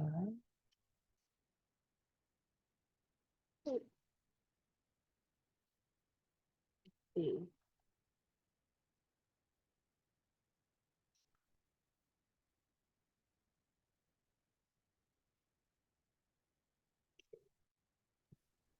That's right. The September 4th date might be throwing you off. I bet. Yes, a little bit. I tried to cross-reference it with the Yeah, so 13th. it's Okay, that referral package.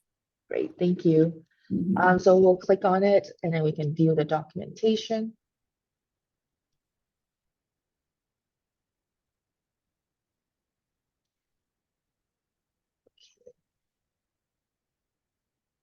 You can see if the referral, you can see if it's filled out, complete or not complete.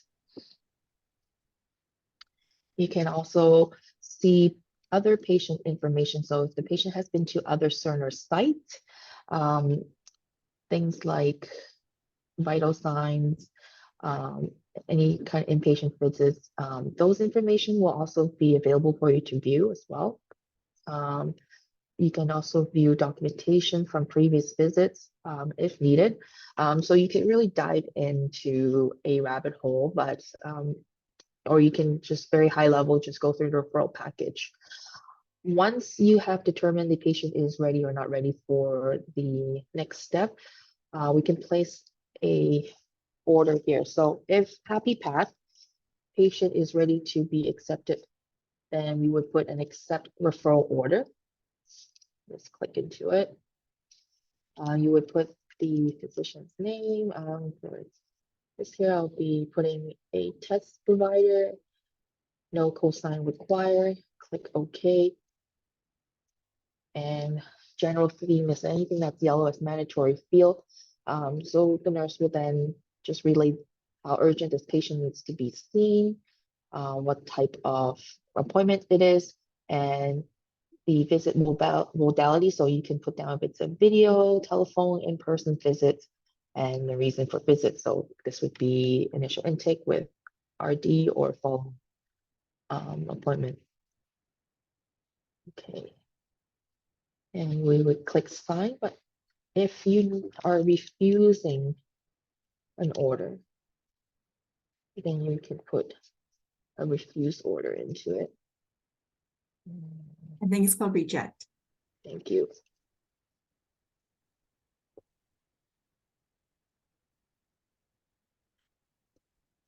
So the theme is anything yellow is mandatory. So this is a little bit shorter here. And if you want to elaborate why the patient does not qualify, you can put the special instruction. And these will be updated to the sketch app book. Okay, so BMI does not qualify. And I'll put a couple of these through. Okay, put through the accept order as well. And normally we won't put multiple accept, reject referral orders. This is just for demonstration purpose.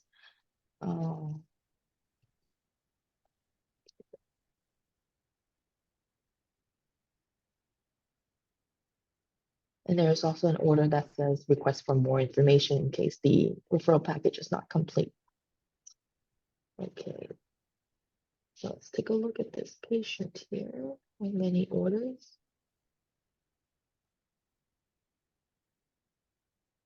Okay, so you can see here now the patient has a accept referral order for the clinic and also a reject order right here. Okay, so I'll pass that over to Heather for the next step. Okay, I'll share my screen again.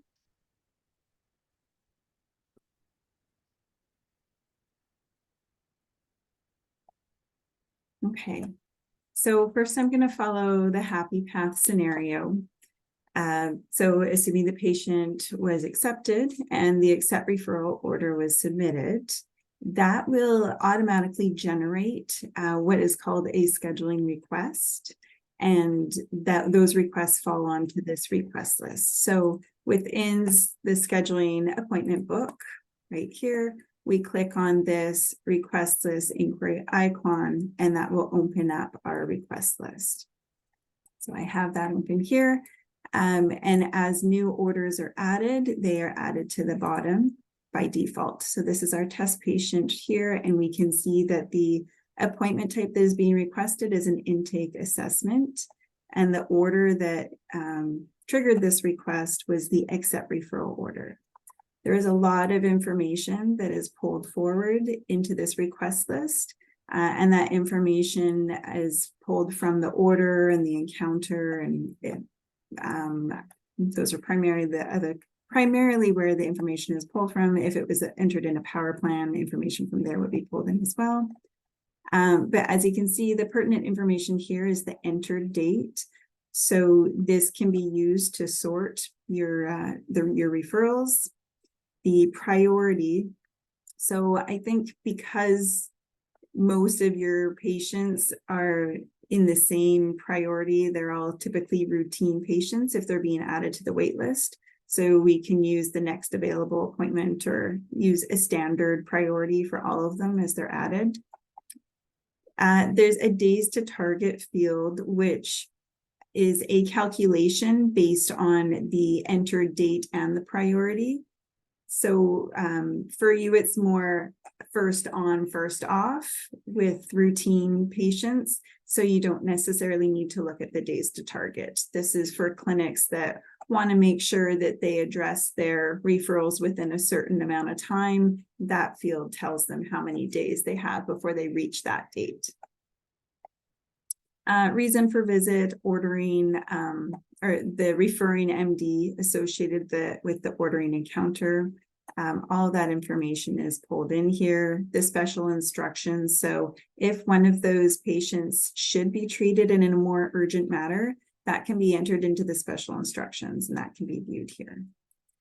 So lots more information. Contact attempts, I will show you that in a minute.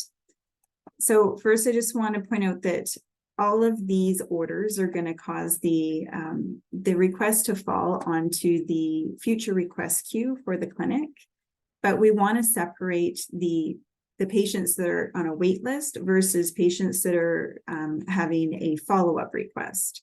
So I can just grab this patient and move them to a different list. So right now they're on the gender surgery future request, and I want them to be on the wait list instead. And I click OK. Now they're no longer on this list. They've been removed. But if I jump over to my wait list, I will now find that patient there with my other waitlisted patients. So this is where you can view your list of patients based on the entered date of that referral order, or if you're adding the patient manually to this request list, there will be an enter date captured as well. And then I wanted to point out that contact attempt information. So if the patient's turn arises and you're ready to book them into orientation, you can use this icon here to capture your contact attempts. So you can say attempt number 1, I left a voice message or left a message, and any notes can be entered here, and click OK. And then this will appear in your list. If you contact the patient and they say, sure, I wanna go to the next available orientation, you can just book them directly from here, and that will remove them from your wait list. So that's what I will show you right now. So I'm going to take, I'll use our test patient 13. I've contacted them. They said they're ready to attend orientation. So I'm going to select complete request. This pop-up just shows me future dated appointments and requests that the patient is scheduled for. You can just click OK. This is a guideline specific to the gender surgery clinic, so you won't get that pop-up. So before I book the appointment, there's a few mandatory fields that I need to fill in. The referring provider field. So this would be the referring provider that was associated with that referral. And that information is captured in the request list on the ordering encounter ref MD field. So if the clerk is unaware of that referring provider, they would have to reference back to this field. And then they can continue with booking. Sorry. So in this case, it was the same ordering provider. So I can just copy and paste the referring provider, interpreter required. This information, if it is known, can be entered in that accept referral order and it would carry through to this field. I'm going to say no here. And the visit modality. So for the orientation session, you can see there's an option for Zoom or any other or phone or email, but I'm going to say that this is going to be an in-person appointment. If you are going to be using automated appointment reminders, which I believe you have requested, there's a couple other fields here that would have to be filled out. So do you want a reminder for this appointment? You can give the patient the option. Do they want the reminder to be via phone or email or text message? And then fill in the appropriate information. So if they select email, you can just enter their email address. And the rest of this information or the rest of these fields are optional. There is the option to put a scheduling comment at the bottom if needed. So the information has been filled out. I'll click OK, and this brings me to my work in progress window. So we're using the gender surgery clinic as our demo, and for their first appointment, they book an intake appointment to the nurse. So for your clinic, when you get to this point, you're going to be booking an orientation group appointment. So I'm just going to drag and drop my appointment into an available time slot. Click OK, and then confirm this appointment. This will show me any preps or instructions to communicate to the patient, and this is optional for the clinic to use. And I'll click OK. So here, we already have our referral encounter created for this patient. So we don't want to create a new encounter at this point. We want to select that existing encounter, and then we want to modify that encounter because we want to flip it from a referral to an outpatient or a pre-outpatient encounter.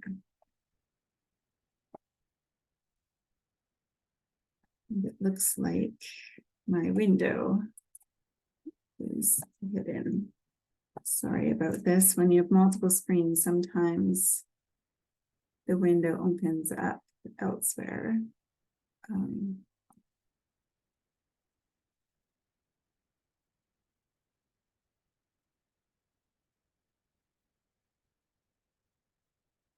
Sorry, do any of the CST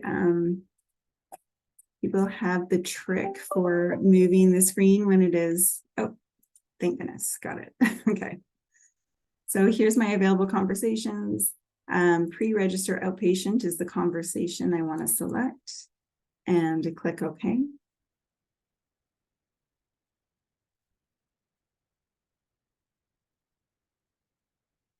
This is just notifying me of an active inpatient encounter. So you likely won't get that unless your patient is admitted. Okay, so this is my pre-register outpatient conversation. All of the information that has already been entered into that referral encounter will carry forward. I just need to update a couple fields here because now my encounter type is going to be pre-outpatient. And then if I scroll down, the estimated arrive date. So we've booked them for today at 900. And I can click complete. So there we have it. The patient has now been scheduled And if I go back to the wait list, they've been removed from the wait list. Any questions at this point?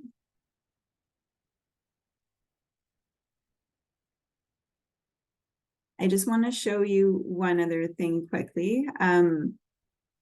So we do have another list that can be monitored, that should be monitored for rejected referrals. So if you are going to follow the workflow and use the reject referral order, those orders are obviously not going to create a request to move on to the wait list. So in order for the clerk to not lose sight of those patients, there's another work list called the referral encounter work list. And this is in the PM office application, which is the registration application. And this list will show you all of the patients that currently have an active referral encounter in your clinic. And you can see here, there's a column called referral status. And this will notify you of any rejected referrals that need to be discharged. So the majority of them will be probably ready for screening or ready for triage, because that will be the status of the patients that are on the wait list, or sorry, accepted once they're on the wait list. But if you see a status of rejected, then that should be addressed and those patients should be discharged so they don't have that standing referral encounter. So going back to the happy path, the patient who was accepted and they've now been booked for their first appointment. Do you want me to go ahead and check in this appointment now, Mary?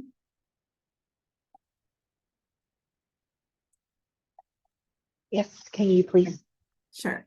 Thank you. So now we'll say, assume the day of the appointment has arrived. So I'll just quickly show you the steps that the clerk should take to check in the patient when they arrive for their appointment. So we right click on the appointment and go to actions and check in. Can confirm the information here, make sure it's an appropriate encounter that we're checking in, and click OK. And this action is going to force us to update that pre-outpatient encounter to a outpatient encounter. And it looks like my window has opened off screen again. Sorry about this. I'm not sure why this is happening today.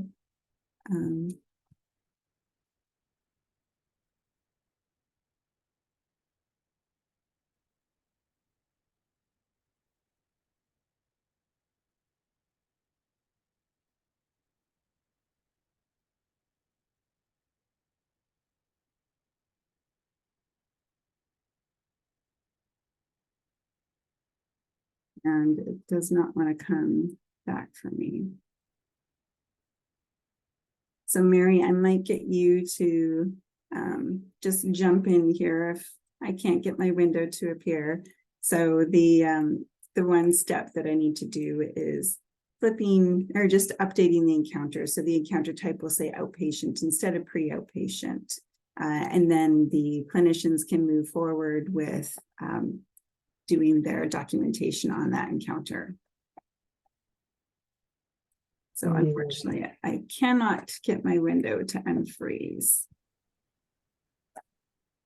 So Mary, did you want to jump in with the next step?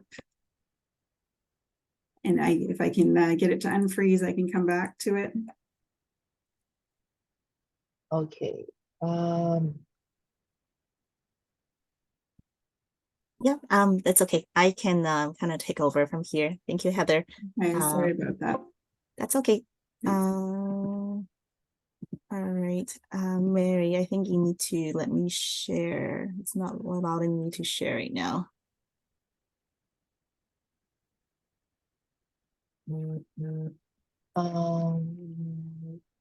What is it saying when you try to share? Oh, I think Heather, we make you the host. I think you have to allow us to share. Okay.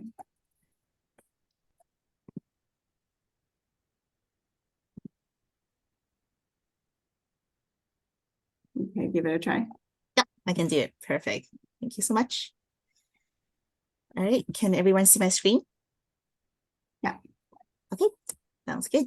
So so Heather has like as a clerk, she has like booked the appointment and everything, confirmed the appointment. And on the day of her appointment, when the patient arrived, what Heather was doing earlier was checking in the patient by flipping what she called the encounter type from pre-outpatient to outpatient. So just pretend this right now, it has been flipped. There's some kind of freezing on her side. Otherwise, this would be showing as outpatient instead of pre-outpatient. So that's one way for us to know that this patient has been checked in. But one other way that we actually recommend for clinics to do is to kind of use what we call the ambulatory organizer. So this is kind of like your calendar for the day. So right now I'm logging as an ambulatory nurse. So first thing when you come in on the day of the clinic, right, you come into your ambulatory organizer, and then we will have your clinic preset. So same thing as previously what Mary has mentioned. Initially, when you first logged into Cerner for the first time ever, everything is going to be blank. So you will have to kind of like, select a clinic that you are wanting to kind of see the schedule for and all that. Once it's set for the first time, it gets remembered for your next kind of login. So you don't have to do it every day when you log into the Power Chart, only the first time if you never have accessed Power Chart before. So I have preset already that the VGH gender surgery clinic or the resource group into my ambulatory organizer. As you can see here on the day view, this shows me all the appointments that's being booked for that day. So for today, this is like all the appointments and all the patients with their appointment time, the duration of their appointments, their names, and then also the details, like what kind of appointment are they coming in for? Are they coming in for group therapy? Is their first initial intake assessment, PT follow-up, or urology follow-up? So obviously for the MBS clinic, you guys will have your own kind of like appointment types, and Heather and her team will be doing that requirements gathering and design session with the clinic with Raj and Nav down the road. So here, as you can see, the status of the appointment. So when the clerk has booked the appointment and confirmed the appointment of the patient, the status will be confirmed. So it will convert into checked in once the clerk has check in the patient by flipping the encounter from pre-outpatient to outpatient. And this is also a good way for all the clinic staff or clinicians to see, oh, the patient has actually arrived, because I can see that the clerk has already checked in the patient versus the patient has only confirmed about this appointment but has not been arrived.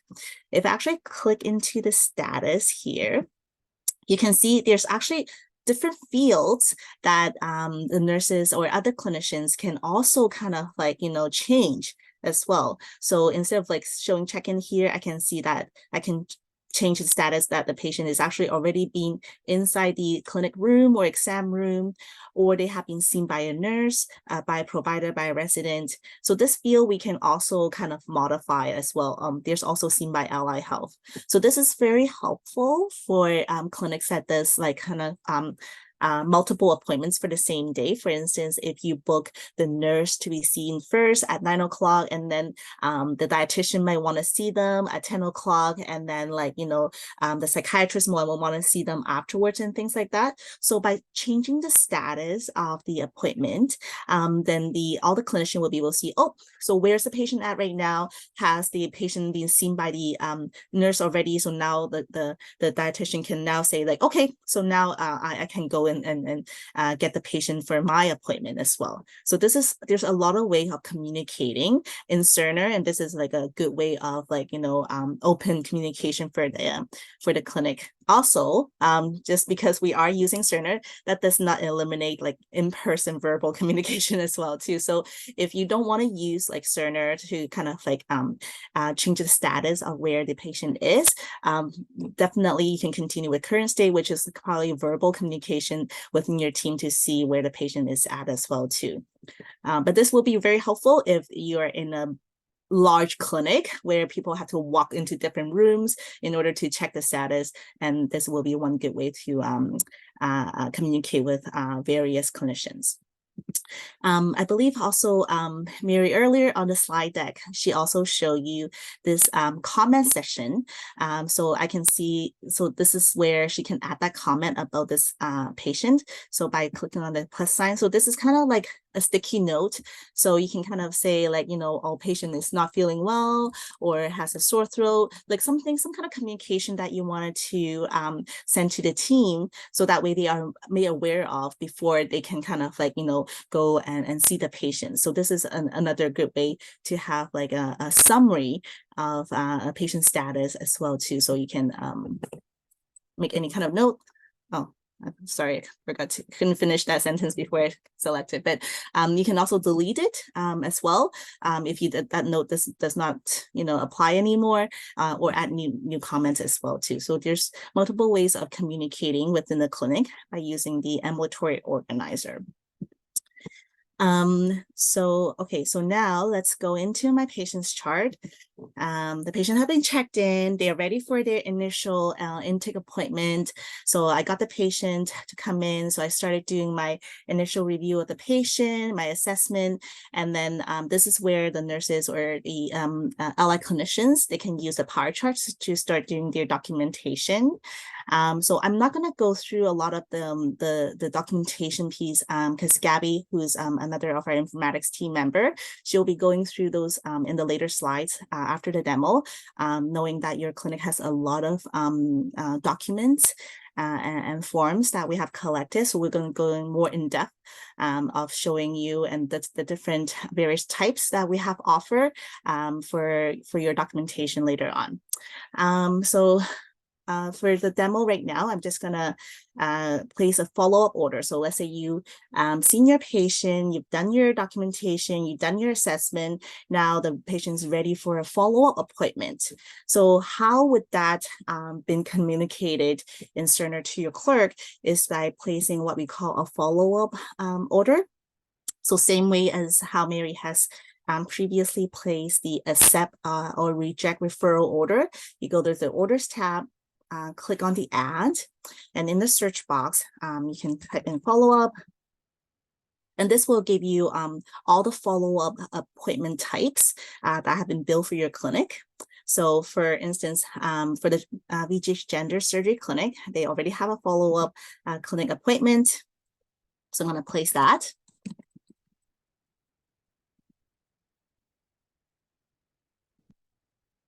And in here, the clinician can kind of like, you know, let the clerk know when they would want the patient to be coming back for the follow-up appointment. So within 2 months, 4 months, 6 months, or within a day. So there's a huge selection here. So you can kind of select that the priority so that clerk is aware of how to book the next appointment.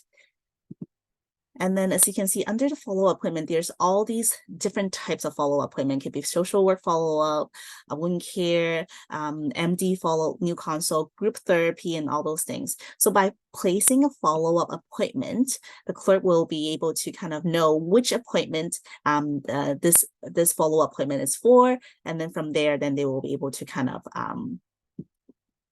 follow through the booking with the patient. So let's say I'm going to do a PT follow-up for this appointment. And then this is going to be an in-person. So same thing. All the fields are exactly the same as how Heather and Mary has previously shown. So there's no difference there. Okay. So as soon as I sign for the order, so that will go back to the request queue that Heather was showing before. And then from there, we'll go through the same process of like, you know, completing the request and booking the appointment and confirming the appointment as well. So that is kind of like the end-to-end process of booking from receiving the referral to triaging to booking the appointment and then day of assessment and then to the patient completing the appointment. Any questions about what we have demoed so far, or is there anything you guys wanted to see more or have questions about?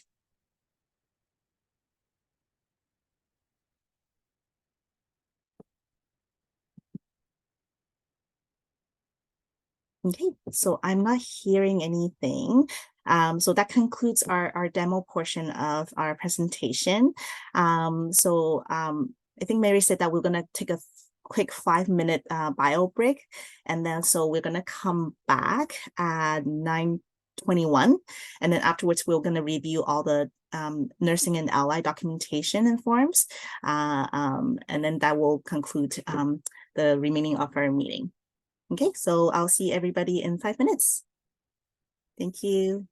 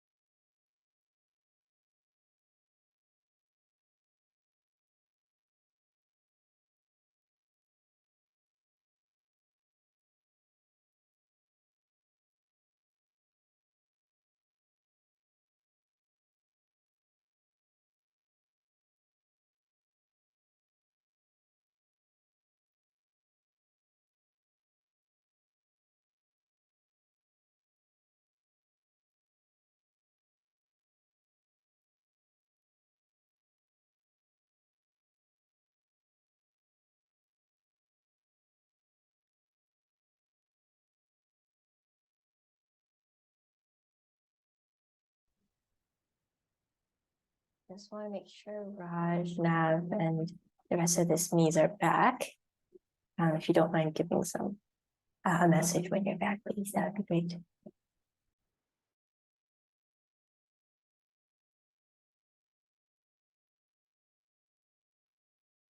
Thanks, Joanna.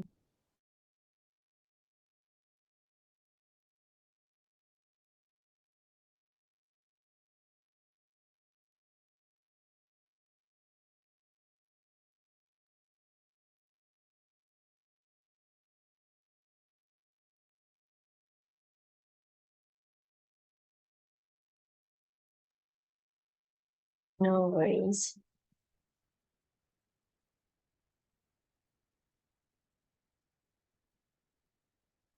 Val, are you back as well? I was currently in bed meeting. Oh, okay. Yeah. Okay, in that case, I think we have everyone. Then I'll go ahead and get started. My name is Gabriella. I'm an informatics member supporting Mary and Hilda with the Metabolic Bariatric Surgery Clinic. In Cerner, I hope to be going through a couple ways to document. There's a few standard ways, and I'll do a brief demo before we go into how forms used in this clinic can fit perhaps into one of these methods. So I'll show my screen now. So I am in a test patient. Currently on the left side where you can see under the menu bar, there's many different options. As Hilda and Mary has shown already, interactive view and iView is one of these options. iView is generally used to document a lot of flow sheets, things like vital signs, ischemic symptoms, fall scale, objective data that you would plug in, and you might want to view a history for. So there's a lot of things on this patient right now, and this is very customizable. There's a little lipstick looking icon here. You can change what you want to see. If you don't use temperature brain very often, you can turn that off. And if you don't like the font size, you can also update that here. And so this is one option for you to document objective data. You double click just like Excel, and you can plug in some values, and it will appear as purple perhaps when you first enter this data, just to show that it is not quite saved yet. But once you click the checkbox in the top left, it'll change into black to say that this is now submitted. So once it is submitted, it is in the system. And if you want to change it, it is still possible to right click and modify.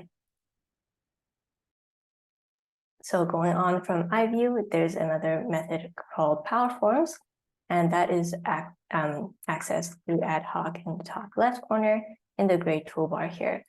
So Power Forms is very similar to the existing standard forms that you have, things like GAD7, PHQ-9. These are standard shared forms that different disciplines have.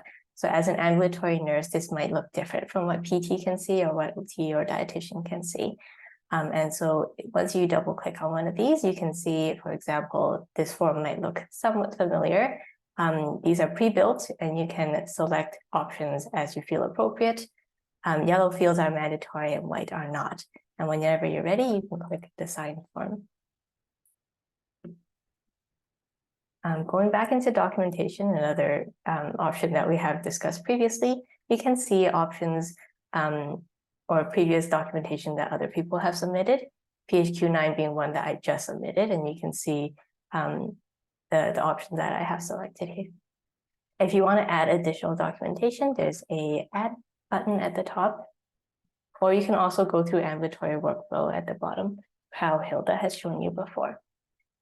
There are some templates, including a free text, interpretation notes, and these are default standard templates that are also shared. You can also make your own template if you wish, but for the purpose of demo, I will start with free text. And auto text is perhaps a template that you can use for some forms or some progress notes that you have existing, and you don't need the rest of the hospital to know that this is the template that you want to use. And an option for you to manage auto text is in this button here. So once you click that button, a new window will pop up, and you can add additional auto text, or you can use some other ones that we might help you set up during training.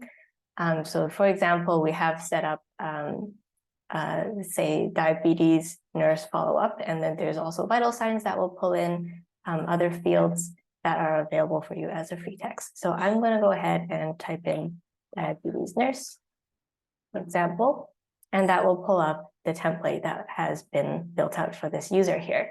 So there can be drop-down options, yes, no, or you can change these drop-down menus, or if you decide home medications, this is patient declined to answer. And you can also type in these fields as free text. If you want vital signs, it's currently blank right now because there's a test patient, but if there's something existing, it will pull into this field right now here. Whenever you're ready, you can click sign and submit, and this will be the same window that Hilda has seen before. You can change the title into something that's more recognizable, for example, like first assessment, for someone to more easily find this, then you can go ahead and sign it. Whenever you're done, it will show up at the top here. Another option is called Form Fast, also found in the gray toolbar. And this is where you'll find a lot of forms that are existing in other places. This will open up a new window and you can search for a specific form, maybe like consent forms, and that will pull up a list of potential consent forms loaded into this system here. So consent to treatment, consent for patient information release, many different kind of forms here. And on the right side, you can see that my patient is automatically loaded here. And whenever you print a form using FormPass, this patient's demographic information will be in the top right. So you don't have to put another sticker on it. I'll print this corner. And whenever you're ready, you can print, but you cannot modify using FormFast. So these are a couple options for documentation. And I'll hop back into the slide deck to go over some of the forms. Are there any questions so far?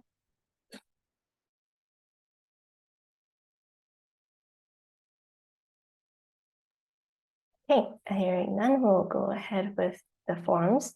So we have received about 50 forms from this site, and we can discuss how each of these forms go into one of these methods in a separate meeting, but today I will give a brief overview of what we recommend for some of these forms.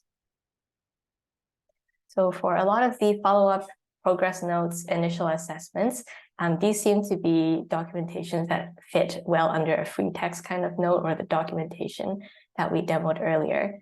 Some of these forms might have fields that are that would fit well with an auto text that we can create and make a header, fill out some bodies along with the fields within these forms.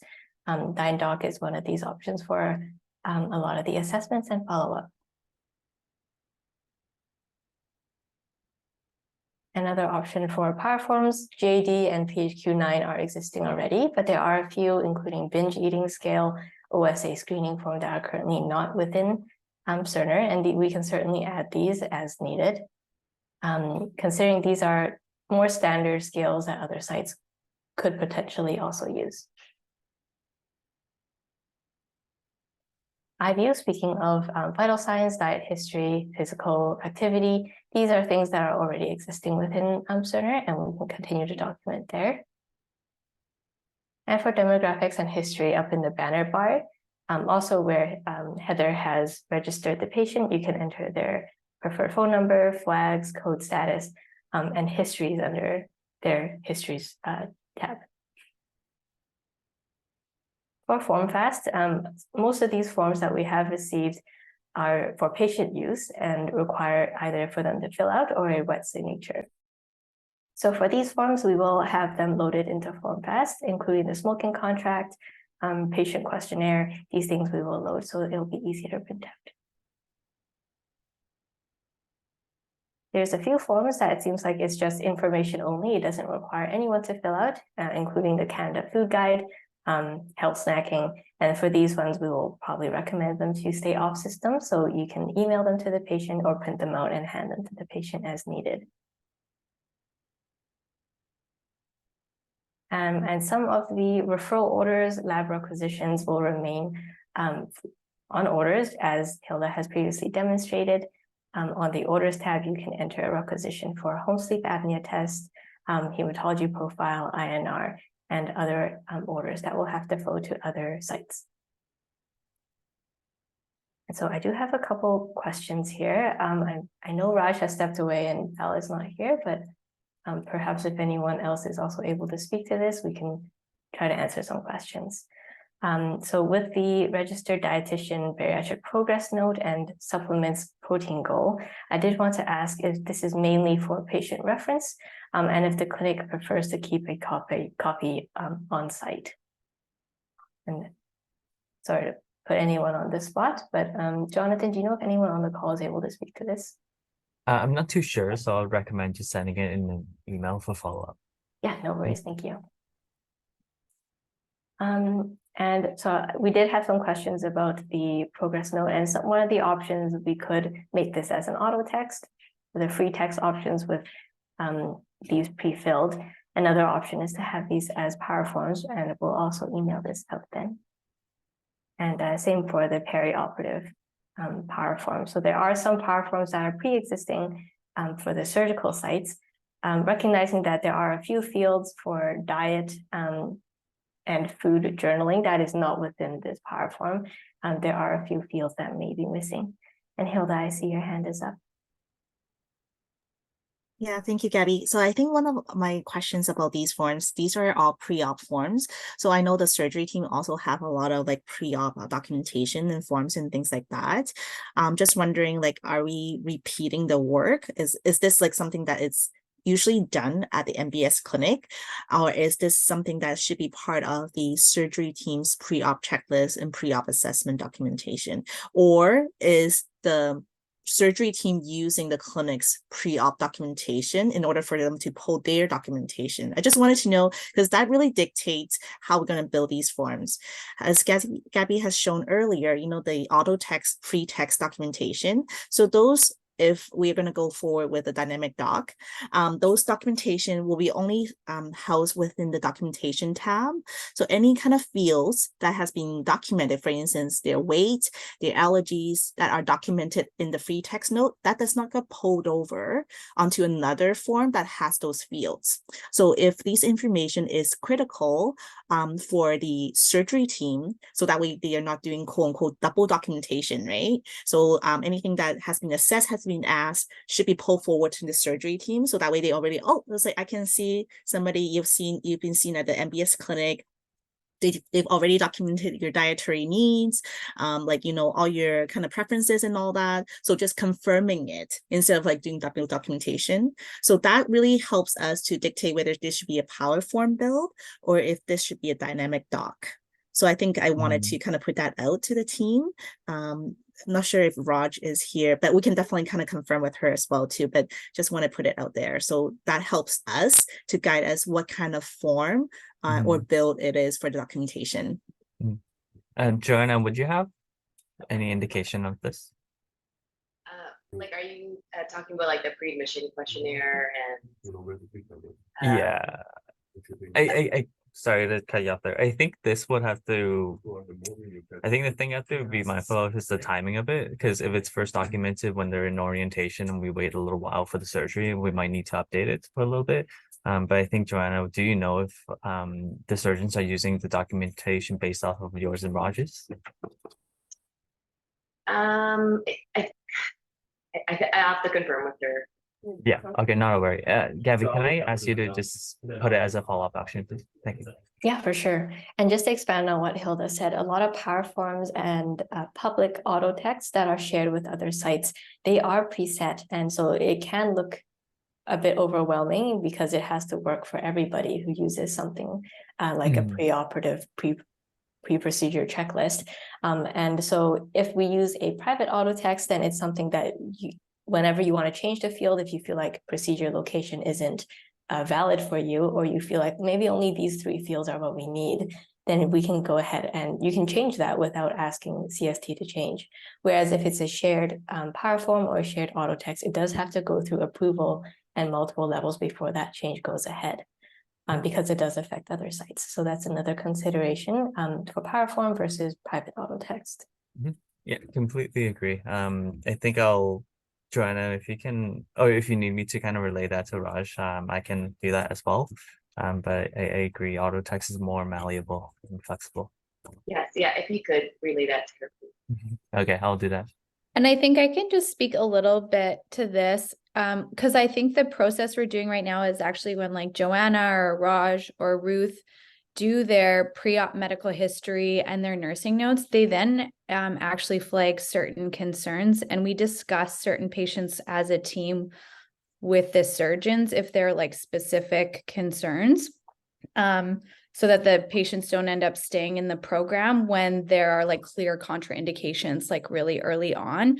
So there is some information from like the nursing assessments that directly impact the patient's care by the surgeons, and actually like change whether or not we keep them in the program. But there's a lot of other information that the surgeons don't refer to, but other team members do, that have to do with like just their previous social history and background and psych history and stuff. So, I don't know if that's helpful, but. No, for sure. It might be easier for certain note types and certain power forms to be seen by certain groups of people. So it would be helpful to maybe, we'll probably have an email afterwards about this just to talk about each of these forms and who actually looks at all of these individual forms. So we'll have a more in-depth meeting to go over each form. But for now, I just hope to give an overview and some food for thought as to some considerations for these options. Okay, so I think that's it for forms. Are there any additional questions related to documentation? So before we get into that, I know Veen, I'm not sure if Veen is still here, right? Okay. Yeah, I think we had a question about the OSAT form, right? Would that be brought up, Hilda? Yeah. Hilda, I think this is what I had emailed you yesterday about as well. Prior to the HSAT being completed, the RN in the clinic completes an OSA referral workflow. And John and I were wondering if that could be incorporated into Cerner as well. I see it right there, OSA. Yes, yeah, I skipped ahead. I'm sorry. Sorry, Gabby. We're just ahead of the game. No, for sure. I did go over this very quickly, but OSA is definitely one of the options we are hopefully recommending to build as a power form, just because this is fairly standard and I don't imagine individual users to be removing certain questions within this form. So power form does seem to fit quite well with binge eating and OSA. So the recommendation is to put this forward as a power form, but of course, if maybe in our next meeting, we can, as we talk about this individual form, if they feel like auto text fits better for them, we can definitely go ahead and make that as an auto text. But a consideration for OSA is power form versus auto text. But we do hope to include it in the system somehow. Yeah, thank you. Thank you. Any other questions?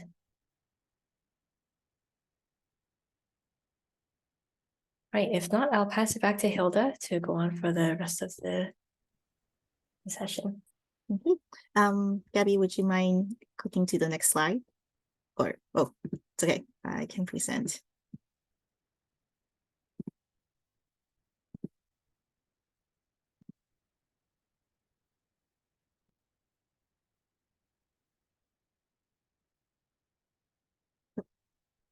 Okay, do this. All good, Hilda. I can share the screen that I'm on. Perfect, if you don't mind. Yeah.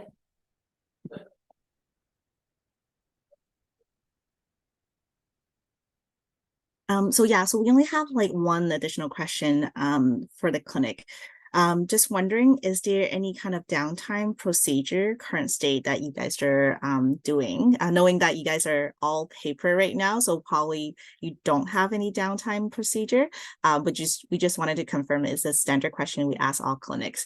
Do you guys currently have a downtime process in case of any kind of like system downtime and things like that? And then and in terms of that, what kind of documentation in terms of like patient care documentations and procedure documentation that you guys do capture during downtime? So this is a very generic question. Not sure if, since Roger's not here, should we just add this as one of the follow-up questions as well? Yes, please. I don't imagine there'd be a lot of downtime because we're not on any systems, as you mentioned. anything might be like a PCIS or whatever it may be. Yep. But yeah, please do add it as a follow-up. Okay, so we'll add this as a follow-up question to Roger as well too. Okay. All right. Is there any questions the clinic has for us? I just had a question about the downtime. Can you explain Yeah. what that is? Oh, of course, absolutely. So sorry about that. I know this might be a term that not everybody's familiar with. So downtime is when the system is being down for maintenance and things like that. You probably do current state get a lot of these email from IT to saying like, oh, the Pixelator is down or Acceleris is down and PCIS is down and things like that. So we do have what we call scheduled downtime because Cerner is a digital electronic system. So there are some kind of like maintenance and upgrades, system upgrades and things like that. So we do have planned upgrade downtimes, and those are usually being notified through email well in advance. So we'll send you guys out an email to say like during this day and this time there will be downtime Cerner. That means that you won't be able to access Cerner for any kind of like patient's charts and things like that. However, we do have what we call the downtime computer. It's the 724 computer. So each clinic and each unit, inpatient unit, will get at least one downtime computer. So what that means is that during Cerner downtime, the clinicians can still access patient information by using the downtime computer. So this computer will have like basic patient information with their demographics and encounters, all the orders on that patient, any lab work, and also access of the MAR, the MAR as well, for nurses that need to kind of do any kind of medication administration as well too. So that way, like, clinicians can still carry on with patient care, even though Cerner is quote unquote down during that time. So what we are asking right now is that during downtime, obviously that one computer has not everything, have limited kind of like information about the patient, only all the vital things like I said, lab works, diagnostic results, the MAR and orders and things like that. But there are some like the power forms and things and you won't be able to access from the downtime computer. So what we usually do prior to go live is that for each clinic or each unit, we ask the clinicians to let us know what kind of paper forms or documentation that you would need to document during downtime. So we will create like a paper folder for you. So that's your downtime folder.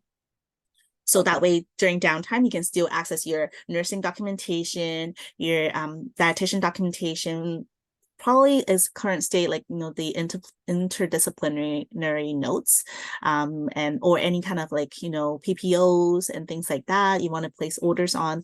So things like that you can still kind of carry on with your clinic work. So that's why we wanted to see if there's anything that is vital for the clinic in terms of patient documentation during Cerner downtime. So we will connect with the clinic later on to kind of gather that information to prepare for as part of our preparation for go live. Okay, thank you. Yeah, no problem. That's actually a very good question, and thank you so much for asking. About like the definition of downtime. I think especially for sites that are not live with Cerner or does not have like a lot of EHR or electronic health record systems, that they might not be super familiar with downtime. So this is something just to think about. And we will have a team that is the downtime team that will reach out to each of the sites, the clinics and the inpatient units to kind of collect that data and prepare the downtime box for you guys.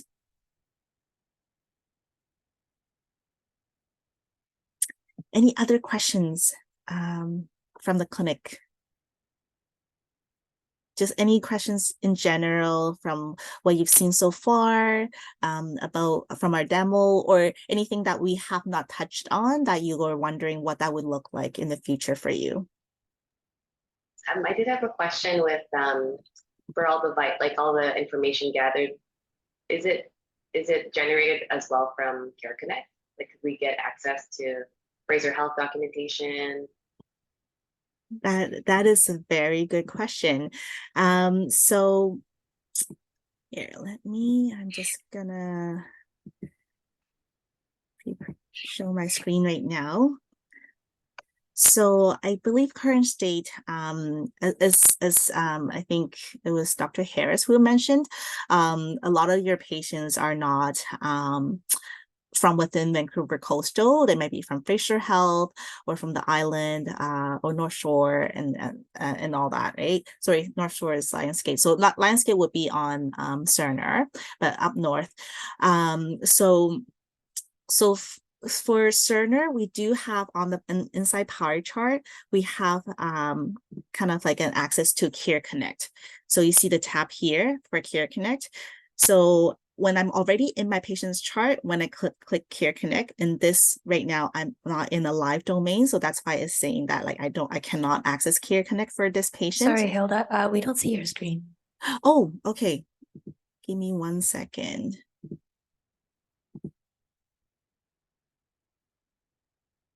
Can you see my screen now? Yes, we can see. Thanks. Okay, perfect. Thank you so much for that. So I'm in the patient's chart, and under the menu bar, as you can see, Care Connect is one of the tabs that we can select. So when I click on Care Connect under the patient's chart, it will automatically pull me into the Care Connect file for that patient. So you don't need to kind of type in the PHN and all those things for you to search. So that's one, way of like saving clinicians some time of accessing Care Connect. So you don't have to like navigate out of PowerChart or Cerner in order for you to access like Care Connect information about your patient. So knowing that a lot of your patients are not within Vancouver Coastal, you will still need to go through Care Connect to access a lot of the diagnostic reports and things like that. So for lab work, I know that we have kind of connected through a lot of like, for outside lab facilities. For instance, Life Lab, we do pull Life Lab data into Cerner. So those will be accessible under what we call results review under labs. And then there's what we call lab provincial and lab extended. So these are the tabs that will pull labs that are not done within what we call VPP. So all the Cerner sites. So you will still be able to access those labs. I believe, Reina, you're on the call here. I remember seeing you back. I can't remember exactly what are the external labs that we do pull, if you have that list on hand. Oh, I don't have a list, Okay. but they're meant to get everything back as long. I think how it goes is that if the patient has a Cerner MRN and if the provider is a Cerner provider, it should pull, like there's some logic in between Cerner and other systems, and it just pulls the results back to CST Cerner. Okay. But it might not come back as discrete results. It might come back as a PDF, but it will be there. Okay. Thank you so much for that. So Reina is from our lab team. So we know that we do pull a lot of external labs into Cerner. So you will be able to access a lot of those external labs as well if it's not through Care Connect. And I know that there are some special labs that are done by like special like genetics lab facilities in the States and things like that. So so obviously not every single thing it's right now at least is connected in with Cerner or even through Care Connect. So for those ones that are not, I do believe you guys would be receiving like a paper fax. So those will still come through paper fax the same way that you guys currently receive those lab reports. And as Heather have shown earlier, so those will then being kind of like scanned into what we call the work queue monitor. So when your clinic receives these external labs that are not within Cerner, and then it goes to fax onto work queue, your clerk will be able to index those lab results onto the patient's chart, and then it will show under documentation here. And Hilda, just to note for the tests that for example, if it goes to Life Labs, and those are one of the tests that providers are expected to see elsewhere, there should be a note in CST Cerner saying that, like, please, like, go here, like, I don't know where to see the report, meaning there will be some guidance for them to know that this is not like the place coming. to read the results. Yep, thank you so much for that. Yeah, so there will be ways for in Cerner to kind of like let the clinician know. It sounds like for to where to access those kind of results for specific tests that they have the providers have ordered. Great, thank you. Yeah, no problem. Any other questions?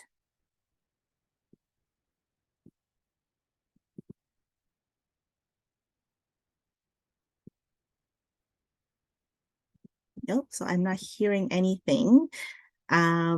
And please feel free, like I understand, like, you know, right now, you might not have any questions right now at the moment, but maybe later on when you're kind of like, you know, thinking about your workflows, like, you know, when you're with a patient and they start wondering, it was like, oh, I'm doing this right now, and how would that work in the future with Cerner? So please feel free to kind of like, you know, write those down and send them our way, send it to me, Mary, or Gabby, and we'll be able to kind of do follow-ups with you and let you know how that would look like in future if it's something that we have not considered, and we'll definitely look into kind of like creating a workflow for that as well.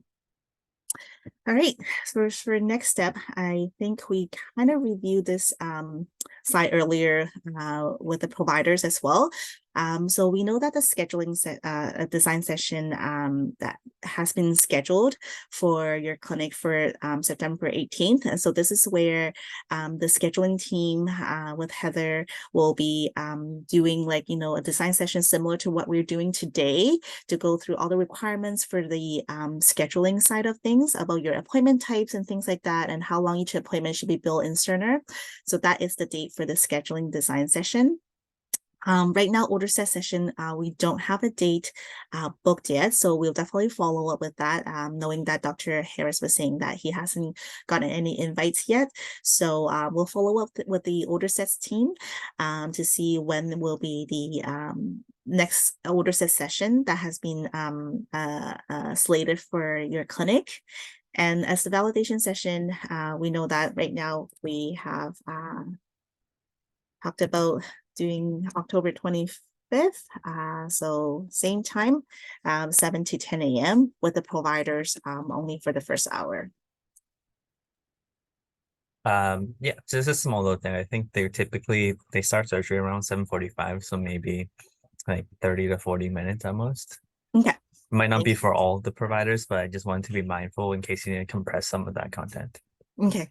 Thank you so much for that. So yeah, so we'll be mindful, and then we'll try to tackle all the important stuff about providers and showing the demos and things. Hopefully, you know, we will have some of the build in the system, and that's usually what we do for our validation, is that we will actually, now that we have collected all the requirements, we're gonna be doing the actual build in our test domain. So you will see the actual forms, the actual, like, you know, your locations and all that in the system for you, so that way you'll be able to see what the future state really looks like for your clinic. And that's what the validation session is for. Okay, so so that's all for our presentation today. And if there's no other questions or concerns, then I will give you guys 4 minutes back. Great. Thank you so much for all this work. Thanks, Hilda. Thanks, Gabby. Thanks, Mary. Thank you. All right. Thank you, everyone. Thank you, everyone.